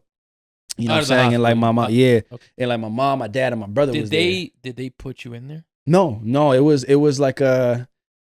kind of like a mutual thing. But you went willingly. I went willingly. Also in like a very hot spot. It was like, gang. If all right, so I'm gonna ask a personal question there. What led to the decision of like a lot of things, bro. Like growing up, man, aging is hard, bro. Growing up is hard, and that's why I give folks credit, man. Especially I give like teenagers and young 20. Like I give that era a little bit more grace because it's such difficult and such important years to shape your life. You know what I'm saying? Where like you experience things a little bit more differently in a way that an adult would. You know what I'm saying? Because you don't. There's a lot of pressure. There's a lot of pressure, and you don't have a lot of experience to get you through that pressure. So when you going through some shit, it's the world is ending. You feel me? And it was a lot of things. You feel me? A lot of things that like it's crazy. Like me being now, bro. Like if myself then saw me now, he'd fucking cry. Be like, no way. Like, and I'm fucking music. Just me. Yeah. Like how I am as a person. How I am. How I treat people. Like how I think about myself. Like how I carry myself. Yeah. You feel me? And then especially if they heard the music and what I'm doing, it's like, oh my God. You know what I'm saying? So definitely it was like a whole bunch of things in the moment that like it was like, hey gang, like it was rough. It was a really rough Do you feel like being in there actually helped? I was gonna ask. Like, I feel like it helped in a way that it didn't help in the way that like it was attended to. Like it wasn't like I learned something there that it was me. Bro, I ain't gonna hold you. It was me being in that room, and the next room over, there was a little boy, like a real young boy, and the whole night, all he did was scream for his mom. The whole night, bro. I couldn't sleep because all that boy did was screaming, crying, begging for his mom. And that shit. Every night. Bro, yeah. It was for the first 2 nights. You know what I'm saying? The third night, I ain't here no more. I don't know what happened, but you feel me? But yeah, that made me, it cemented a foundation in my life to where I was like, yo, I ain't never coming back here again. I'm never allowing myself to get in a position where I got to be here where, you know what I'm saying? I'm being like, they looking at me through like a glass and I'm being woken up to like, like we gonna get some blood from you, pop this, you know what I'm saying? Like go back to sleep, you know what I'm saying? Like I can't. You weren't allowed to like walk around on the It was to a minimum. Yeah. You feel me? And the people the kids that I was associating with, man, telling me the most wild stories. You feel me? And I'm like, oh my God. And it was heartbreaking because it was like a bunch of like, like kids, bro, and it was a holiday time too. So it's like they was like, when I came in there, they was all excited. It's like, oh, we got a new guy. And I'm like, hey, what's up? I'm like, this is crazy, bro, like situation to be in. But it's heartbreaking because I'm hearing their stories. And like, yeah, I've been here for the last month. Mm-hmm. You know what I'm saying? And it's like the holidays is around the corner and they talking about like, oh yeah, we gonna spend our Christmas here. That's our tree. And I'm like, yo, bro, like Damn. This shit, wow, bro. And that's why, like, I'm thankful for my parents and my family, because I'm a product of a divorced family. Yeah. So like my mom and my dad divorced when I was like 2-3 years old. You feel me? I got an older brother. You know what I'm saying? I got a stepbrother and a stepsister, but the main core was me, my brother, my mom, my dad. Mm-hmm. And no matter what happened in life, bro, like we always stuck together. You feel me? Like no matter what happened. So like when I was there in the hospital and I needed somebody, like they was there. You feel me? And like I'll never forget that, because like there was a lot going on in our family at the time. You know what I'm saying? Like hormones, we getting older, we teenagers, It's a rough time, man. It's a rough time. It's a wild time, you know what I'm saying? So it's like, and that was all around like this time, like The Voice and shit like that. You feel me? So like nobody. Is this really before or after? This was right before, I think. Okay. I think this was right before. This was literally right. This is literally right before. Okay. Yeah. So I lied. You know, I lied to my school. I told them I was there for that. Right. You feel me? But it's like, it's crazy because it's like, you know, you don't talk about these things with nobody. You feel me? So nah, for sure. It's like it goes for you to like go through them to some, like you need to go through shit to cement a foundation of like, I'm never coming back here again. Right. You know, so everything kind of like, I just grew from that, because I was like, yo, I'm promised to me and to my younger self, like, we not going back here. Like, we not coming back. I mean, when you were making that promise not to go back there, were you essentially also making a promise like, yo, we are going to be mentally better? Yeah. Okay. I so think do at you the feel time, like you needed that? Yeah, I did. I needed to see that. I needed to experience that. I needed to be treated like that. You know, and it sucks sometimes when you're in that situation and you're hearing all like the, you know, even before the psych ward, like, you know, the hospital shit, like the beeping and all that. And you went there, you on a chair, you getting all these tests, and it's like you hear the conversation and they like talking about like what they gonna have for dinner. You feel me? It's like, oh, you going to that Don Tyler concert tonight? And it's like nothing on them, because it's another day for them. You know what I'm saying? It's casual. Like coworkers talk casually all the time. Yeah. You feel me? But it's like, yo, I'm in there like am I gonna get out of this shit? Yeah, and y'all talking about chicken nuggets and shit like that. Like, you feel me? Right. So I think it was more seeing that is what really like helped me out of that, because I was like, gang, we ain't, you feel me? Like, we not gonna do this. But I think even in that time, like, you know, when you going through something like that, it's hard to, you just thankful to have a good day. You feel me? So it's like, if I went a whole day without having, you know, an attack or like having like a episode and you know, nobody got cussed out, nobody got hurt, you know, it's like, it's a good day. Man, that's the best day ever. Right. You know, I'm not even thinking about tomorrow, the next day, because like I know it's like, man, at any point this shit gonna go left. You feel me? So when I was in there, I wasn't thinking about like, oh, I'm about to go out here and do X, Y, and Z. I was like, I don't give a fuck what I'm gonna do tomorrow. I don't give a fuck. Get me out of here tonight. Like, Nah, I swear. I was like, I'll figure it out tomorrow, bro. We'll figure this shit out again. I'll figure out how to get better tomorrow. Word, get me out of this motherfucker tonight. You know what I'm saying? And they did. You know what I'm saying? Shout out to my parents, because they made it. They're like, yo, we ain't leaving here without. Right. You feel me? So, yeah. Yeah. All right. So we touched on mental health a little bit. So this is our mental health segment. Kind of segued perfectly into it. All right. So, what's the biggest thing that you're struggling with right now mentally? Oh man, overthinking. I overthink a lot about everything, about every detail. I think learning to, it's like finding that middle ground of like continuing to not be satisfied and always. Would you say you're a perfectionist? More. Yeah, okay. And I feel like I'm slowly moving my way out of it, and it's such a liberating feeling, because I feel like I've developed as an artist to where now I trust like my instinct more, and it's just like I'm not overthinking a lot more when it comes to certain things, but I still do overthink, and I feel like I struggle with that balance of like stopping and smelling roses and appreciating them, but also not being in that space for too long, and or what's next, like. If I can, like, I can't sit still. And that's a part of like my ADHD, you know what I'm saying? Like I just can't stop moving. You feel me? So if I'm spending like a few hours or like a day where I'm not like doing nothing physically productive, I'm like, yo, it's over. I just wasted a day. Right. Well, I could have made this much. I left money on the table. I did this wrong. I could have made this content. I could have posted this. I could have done. Anxiety just starts getting to you. It's just always constantly like, cause bro, this is dead ass like all I do. Like from the time that I wake up to the time that I go to sleep, even when I'm fucking sleeping, like you can ask my team, bro. I bug them. Like they've withstanding me now, but I'll get on the phone and yap their ear off for 4 hours, for 4 hours straight, and then I'll hang up with one of them, call the other one. bother him for another 2 hours, and then call him. Yeah, he probably got a whole group text. Yo, heads up.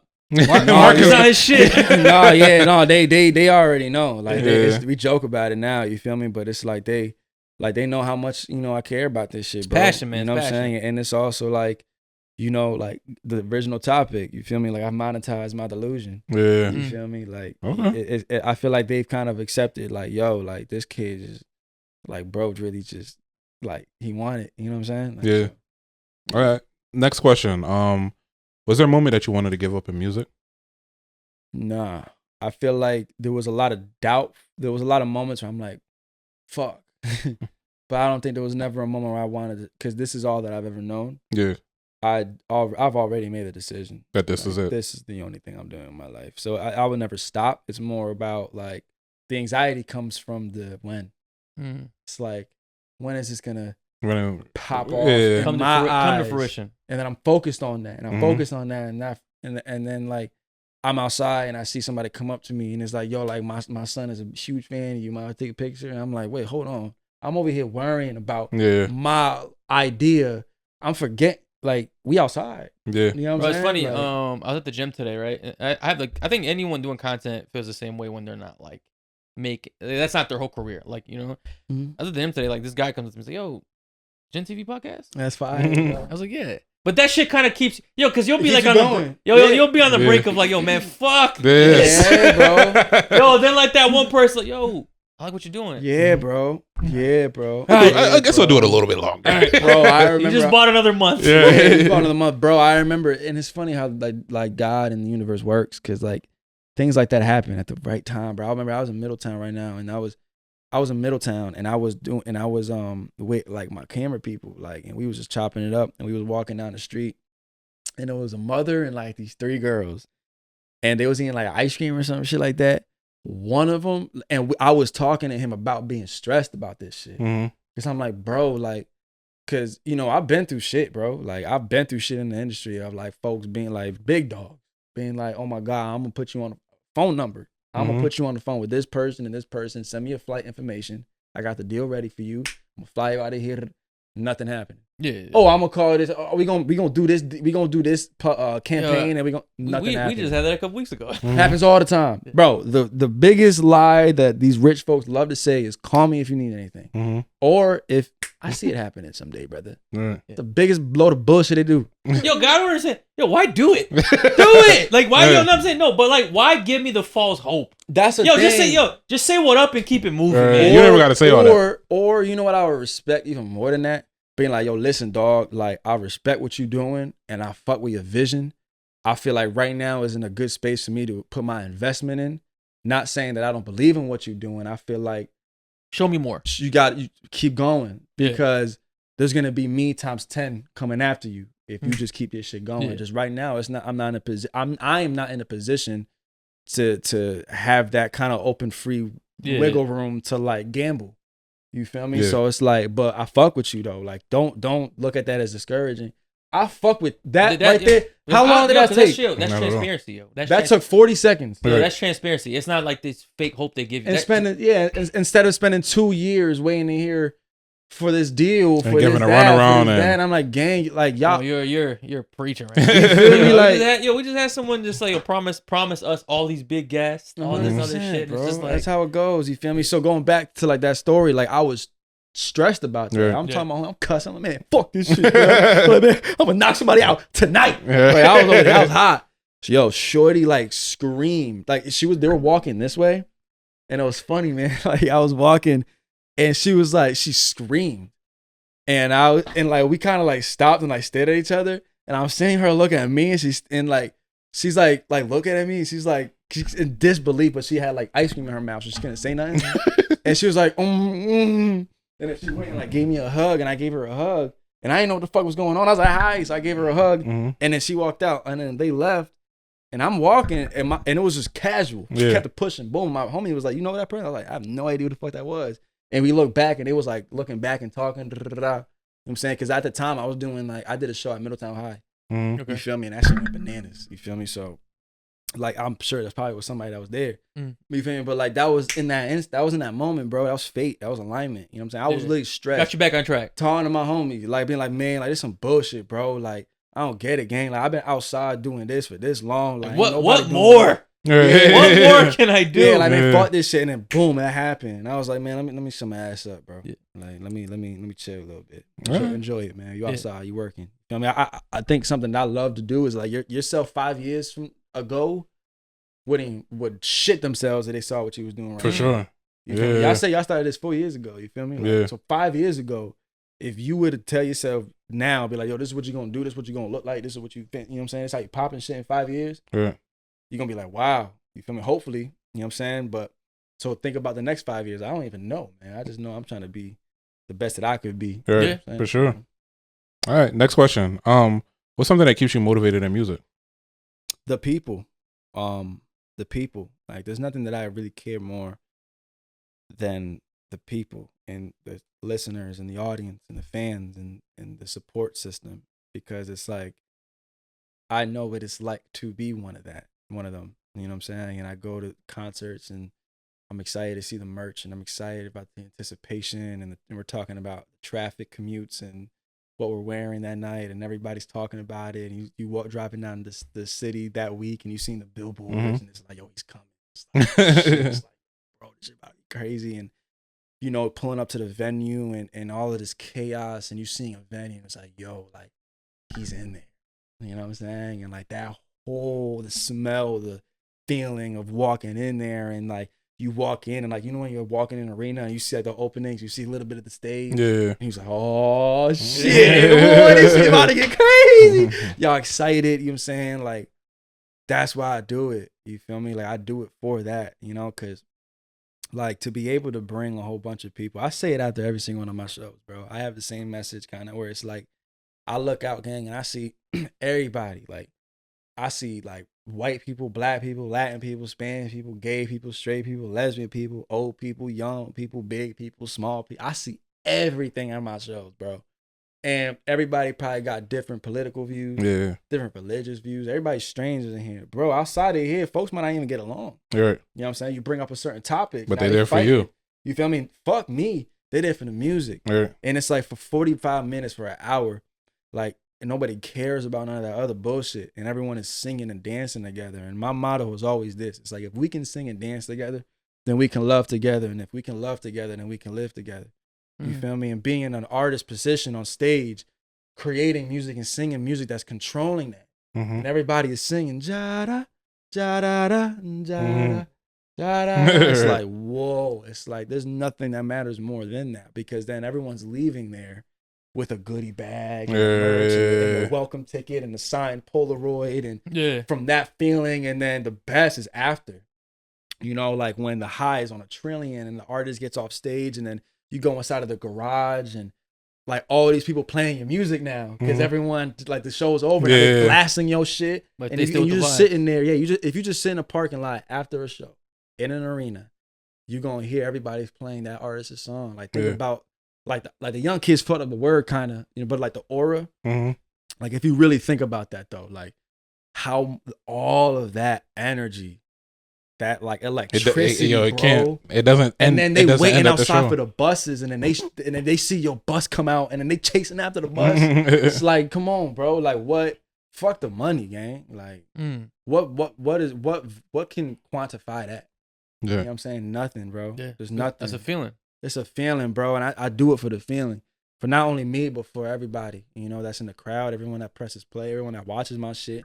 That's why I go so hard, bro. That's why you don't see me putting out 1 million tracks of just microwavable shit. Like I really care about what I do, you know, and everything, in every department of how I do it, you know. So there's nothing that means more to me than the people. So. Last question. What's the name of your song that makes you feel like you're living within your purpose right now? Probably say Jada. Your song. Why that song specifically? Because Jada is such a universal, or 111, I'll probably say, just because those are two really big songs at the shows where like folks is crying at 111. It's crazy. Like even at the show that I just did, like, you know, I saw this girl like sitting right here the whole time. I saw her go through every single emotion. This woman was smiling and laughing.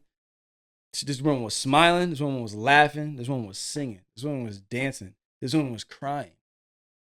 And I'm like, this poor woman, I just put this woman through the ringer for the last. You ever bring a fan on stage? Yeah. Okay. I used to wild out in 2020. Man, I was doing I was the licking guy. On stage, yeah. I was bringing a girl on stage. Getting lap dance and shit? Yeah. I was doing all of that. I was wilding. And it got to a point where I like, it, you know, and I'll admit this, like, it got to a point where I started kind of plant seeds in the crowd. For legal purposes, because like, I don't know like who you are, how old you are. I don't know if you're gonna consent to me like licking them on stage. I'm like, we in it, because it's funny. My fan they call it Jamarcus. Like Jamarcus is like my alias. Yeah. And then it's like y'all seeing Marcus right now. I'm cool. I'm chilling, but Jamarcus freaked out. Jamarcus wilding, man. Little hood freaked out dude. Jamarcus wilding. Jamarcus. You need a song. Do you have a song named Jamarcus? No, but Jamarcus got songs. But yeah, when Jamarcus outside and Jamarcus is on stage, it's like, yeah. Have you had a situation with an actual fan on stage that made you transition to seeds, or? No, it was just a conversation that we had after, because they saw you and said, "Yeah, we need to." Like, it went so well. This boy's too wild. And it was fake though. Yeah. It was like, yo, because we was in rehearsals and we was like, yo, like the next show we had after that, it was funny, man, because we have whiteboards at our rehearsals. Like, shout out to Brandon Kalute. That motherfucker's a wizard with this shit. Like, we approach this shit like the Navy. Like, we got our troops in check. Like, we got shit, documents, the whiteboards, the fucking vision boards, everything, right? Yeah. So we had like, you know, like in like the detective movies with like the faces and like the lines. We had some shit like that rehearsal. You know, where I was like, yo, this is, because I'm performing. I'm not the one going out there and grabbing them. Yeah. You feel me? So like we had the faces and we're like, yo, these people at this part of the set, you go find these individuals. Because it, like, they asked me after the show, you know, there was like, yo, do you know that girl? I was like, nah. And there was like, boy, you lucky. I'm like, what you mean? And like, then they said that. Wrong? It was like, okay, like, how do you even know how old she was? You feel me? Like, we found out all the information after, and Shorty obviously was a grown ass woman. That consented and enjoyed that moment. Yeah. But it's like, you never know. About the you never know. You never know. I mean, but even if like I was just, you could be like that one Drake clip that haunts him, bro. Right. Like where, where he brought that 17-year-old. You know what I mean? But he a little wild, because I feel like, because wasn't they saying shit like they told him and he still ain't give a fuck? Yo, not my nigga. That's a little different. Not my nigga. Not too much of my nigga. Well, crazy. That girl's dad was at the show too. Like, that was a weird one. But I'm saying, but you don't want to be in that situation. I don't want to be in. I don't even want to allow myself. I guess the reason why I asked was because like, I think for that fan that's kind of like going through all of the emotions, you know, like even if you're not getting as physical as like licking her face or like anything like that, you know, I think maybe like bringing her on stage and like singing to her, that would have probably like, bro, she would have probably melted. You feel me? And then like moments like that too, though. You know what I'm saying? Like where I do it out of the crowd, where it's like midway through the show, like I ain't gonna hold you. The show that I did in Hartford was wild. That shit was crazy. It just felt, it was just a big ass party. Like it was just lit. Like everyone was just turned the whole time. Yeah. And like we had a moment where like midway through, like everybody was like hot and everyone was like lit. The energy was on a million. I like sung to a girl. You feel me? And it was like I was trying to find her and shit like that. It was lit. So things like that is dope. Because a lot of times, a lot of people don't really want that type of attention on them too. Yeah. So it's like, you gotta be built for that. Yeah, you gotta. So it's, instead of having to worry about that, because we got to worry about 1,000,001 other things, let's just have Jalissa in the crowd and make sure Jalissa knows that, like, what's the move? Raymond, my dancer, is going to come and get you at this time. Just make sure you here by the side of the stage and you ready for this shit. Yeah. Enjoy the moment. You know what I'm saying? Maybe do like a sign-up sheet for seeds. Sign-up sheet is crazy. Sign-up seed. Would you like to be a seed at tonight's show? That sounds crazy. Consent here. Facts. But it's fun too, though, because it's not acting. Yeah. Because like we in it. Like they enjoying it. They not like, I'm not like. That's a real tongue and a real neck. Yeah, I'm not like begging them. Like I tell them, and they're like, "What? Oh shit! Like let me know where I gotta stand." You know, and it's fun. You know, cool. It's all entertainment, bro. You know, nice. All right, bro. We've done it all. We've talked through it all. Great conversation. Some highs and lows. Yeah, man. Some sad stuff. Some happy stuff. But we're finally here. We're at the last segment. Here. This is our relationship/dating segment. All right. So let's end it on a high note. Let's get it, man. Let's end it on all right. So I'm going to give you some scenarios of women, and I'm going to ask you if you would date them. Okay. Could you date a girl who has 0 female friends? And like all guy friends? She has no friends. Pretty girl, just kind of a loner. No friends at all. I would try it out, but I would try it out to get that information as to why. Okay. Like, why you ain't got no friends? Like, are you the problem? You know what I'm saying? Like, are you the crazy bitch? Like, yeah. Okay. So I'll try it out. You know she's gonna want nothing but your attention. Yeah, you know. She get real. This might be a stage 5 clinger, man. I love those. Yeah, but you know, sometimes, but you gotta keep it a buck. Be like, yo, listen, shorty, they ain't doing none of that. I'm here to make you giggle and make that ass jiggle. You know what I'm saying? Like, I'm here for what I'm here for. You know what I'm saying? Love always, but now this is a date. This is somebody you care for. Oh, this is like my girl. Then like this is someone you're like. Fuck. Okay. Yeah, I mean, I'll probably just try to figure out why. Like, if there's somebody I care about, like I would just figure out the source of it. Because either like you the issue or you just like you introvert. Yeah, there's nothing wrong with that. Cool. All right. Could you date a girl who comes from a family of women who have never been married? Brother. I think that's most women these days. You struck a nerve. I would say it's difficult. It's definitely difficult to do. Oh, so you've experienced this? Yeah. What was the most difficult part about it? It's hard to feel a sense of like relatability when you're in a room and you're outnumbered. You know what I'm saying? And it's just a bunch of like things that at the end of the day you will never understand because you are not a woman. But then at the same time, like y'all will never understand because like y'all not a man. And it's like, I don't really see a lot of rings in this room. So it's like, but then they get the thing of, this is my choice. Baby, then this is my choice. To not be here. to walk the hell up out this door. All right. Okay. Yeah. All right. To spin the block on the friendship question, could you date a girl who has a guy best friend? Yeah. Okay. I wouldn't mind that. I feel like I would like kind of have to, cause I can't, cause I have home. Oh, my fault. Cause I have homegirls. You know what I'm saying? Like all the time. Like so, it's like platonic relationships is a real thing. And these are homegirls that you would never smash? No, even if given the opportunity? Definitely not. Nah, like those is like. You think they want to fuck you? I don't know. But it's maybe, like, but maybe when they lit, you know what I'm saying? But like, it's not even none of that. Like, especially like, cause I be like whenever I have like sessions or like shows, whatever, like I usually come like deep. And everyone's like, damn, brother, you working? But it's like, nah, like these are homies. People. These are homies, yeah. Like they just bad as fuck. You feel me? But like, no, I ain't flirting with them. Like we just not getting too excited. You can't get too excited around the bad bitches. And that's why like some of the homies be like, yo, bro, like let me know when you there. And I'm like, can you be normal? Can you be here though? Like, are you gonna be over there like giving them like just making them feel weird, making everybody uncomfortable, making stand up his whole pants wet. Yeah, gang. Yeah. Right. Heard you. All right.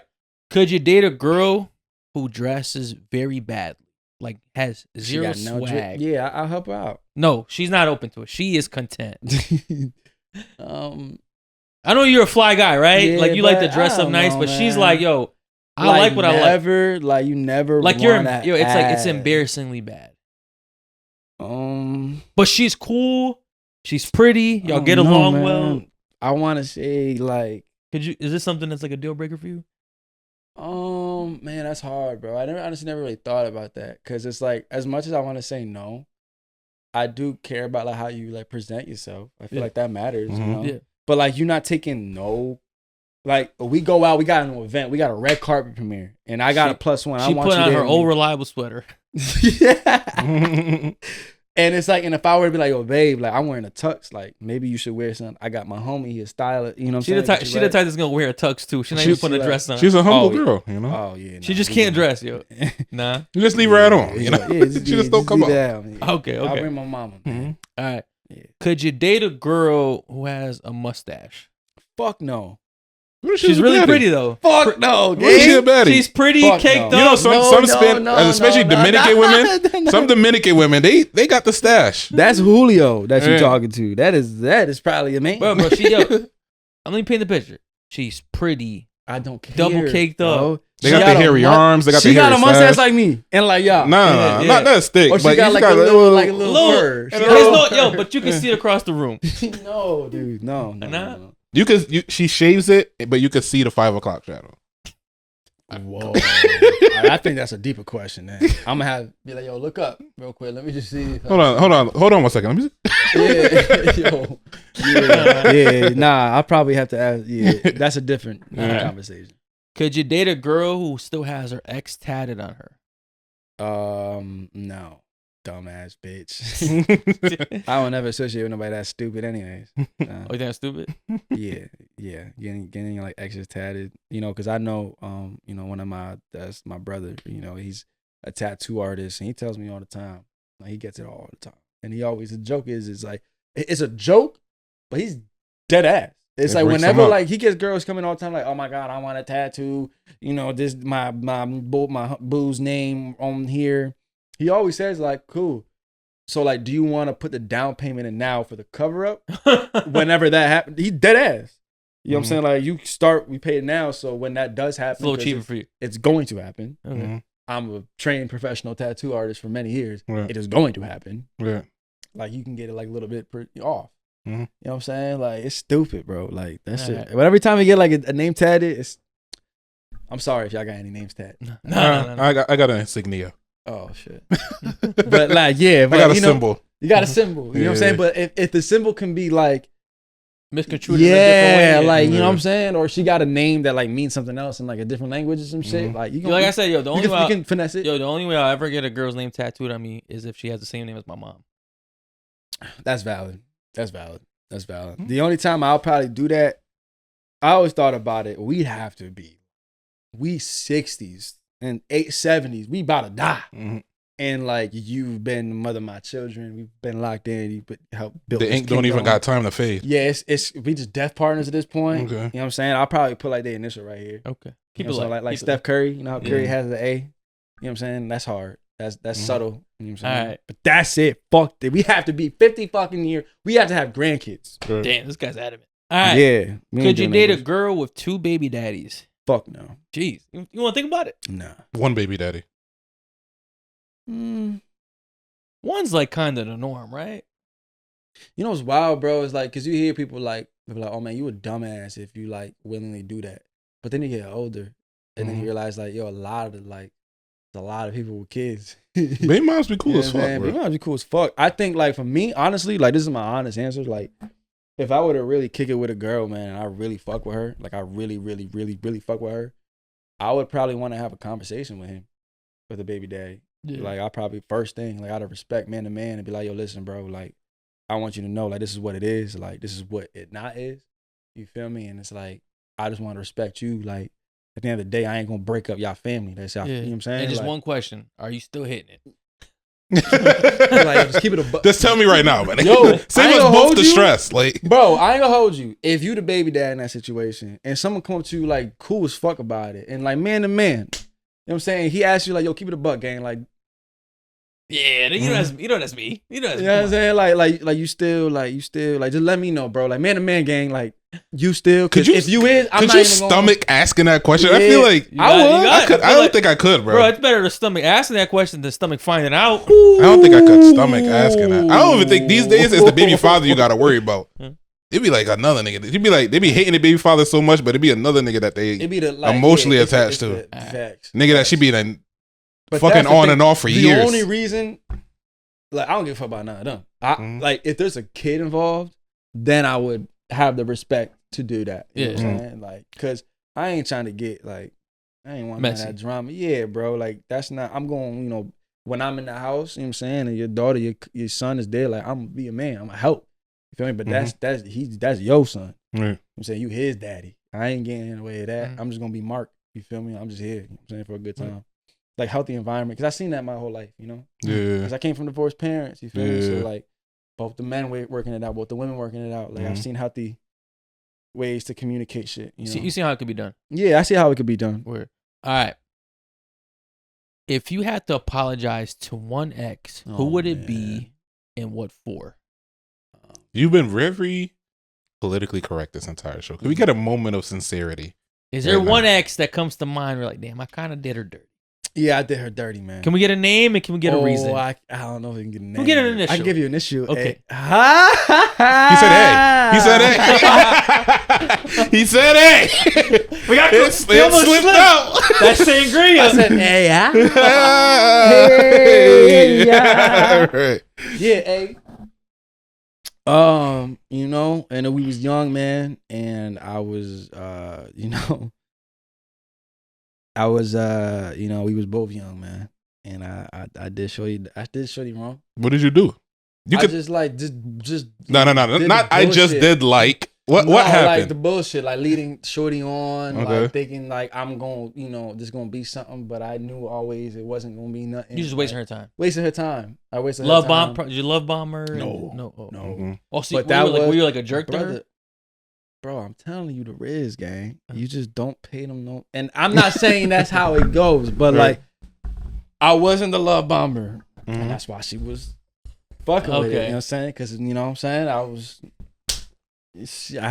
was providing in other ways. You know what I'm saying? So it's my nigga was laying pipe. So it's like when you provide in other ways, you can kind of get by doing some bullshit. You feel me? So but it's no excuse. You know what I'm saying? So that's the one where you apologize. How long did you string her along for? Like 8 months.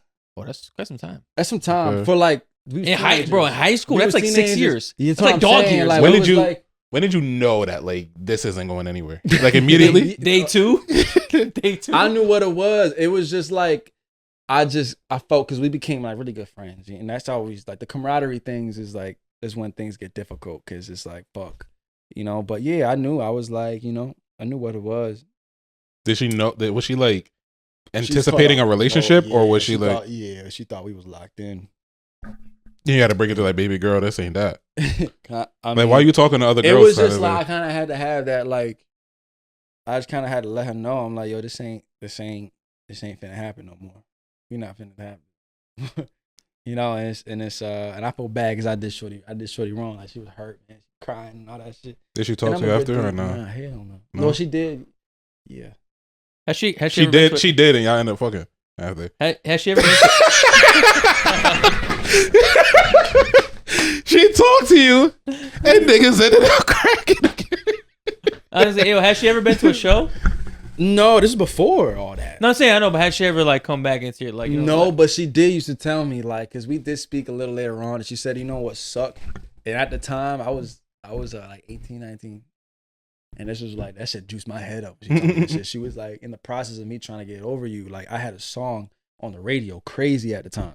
So like, her mom or I think she lived with, like, I don't know who she was living with, but like somebody in her family like had like a car or some shit that like didn't have a, you know what I'm saying? And she was always riding with her. Yeah. So like they always had to listen to the radio, and my song would be on the radio a lot. Mm-hmm. And like and it's like, and I remember she told me that she was like, yo, I be trying to get over you, and then like as soon as I'm having a good ass day, like I hear your song on the radio, and that shit pissing me off. Yo, that shit gassed my head, and I'm writing about that. You know what I'm saying? And, yeah. Where's she at today? I don't know, but God bless that woman, man. You know, God bless her. All right, man. Last question. If you had to give one piece of relationship advice to anyone, what would it be? Fall in love with yourself, man. First, you know, like make sure you in a place where you don't need nobody. You know what I'm saying? Like you got yourself, and that's the best space to then invite a person into your space.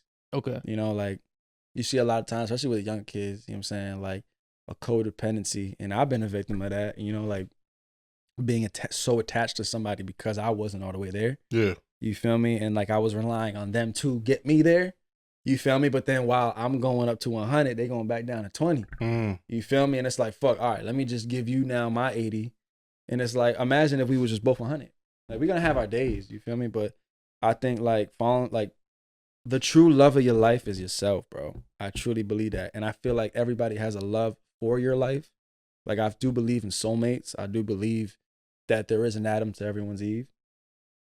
But I feel like the true love of your life is yourself and self-love. Because once you open up your vibration to that level, everything around you shifts, bro. Yeah. It's like everything, like the sky looks different now. Like you walking into you walking in to get some food and you asking later, oh, how was your day today?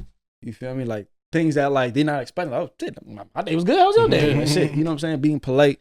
You feel me? And then once you in that vibration, it's like that's when God gonna give you that person. You feel me? You know, so it's like I probably say that, like, love yourself and like learn to like love you before you even try to love somebody else, because that's just gonna save you a lot of bullshit and headache. You know, yeah, people trying to fill that void with other people. Yeah, you know, and we, you know, it's human nature, bro. It's human nature to know that. I feel like you got to go through that. You know what I'm saying? To know, like, damn, I ain't gonna do that. Yeah, for sure. Yeah. Word, man. Yo, bro. We're gonna wrap it up on that. That shit was fire, bro. Bro, hell yeah. Great episode. Yeah. Great episode. Any final words? I wanna final words. I want to play out this record, but we still gotta do that. My final words. I want to thank y'all. I want to thank the both of you, bro, for this platform. I love what you guys do. Like, it was very cathartic for me. You know what I'm saying? And I, as an artist, like, I want to thank you guys for creating a comfortable environment for me. For sure. You know what I'm saying? Talk. But yeah, I'm Marcus Rodriguez on all platforms. The Breakthrough album out now, my very first album. I'm really proud of it. Look me up, and I'll be there waiting for you. Word. Usually this is where I say drop a like, drop a comment, hit the sub button.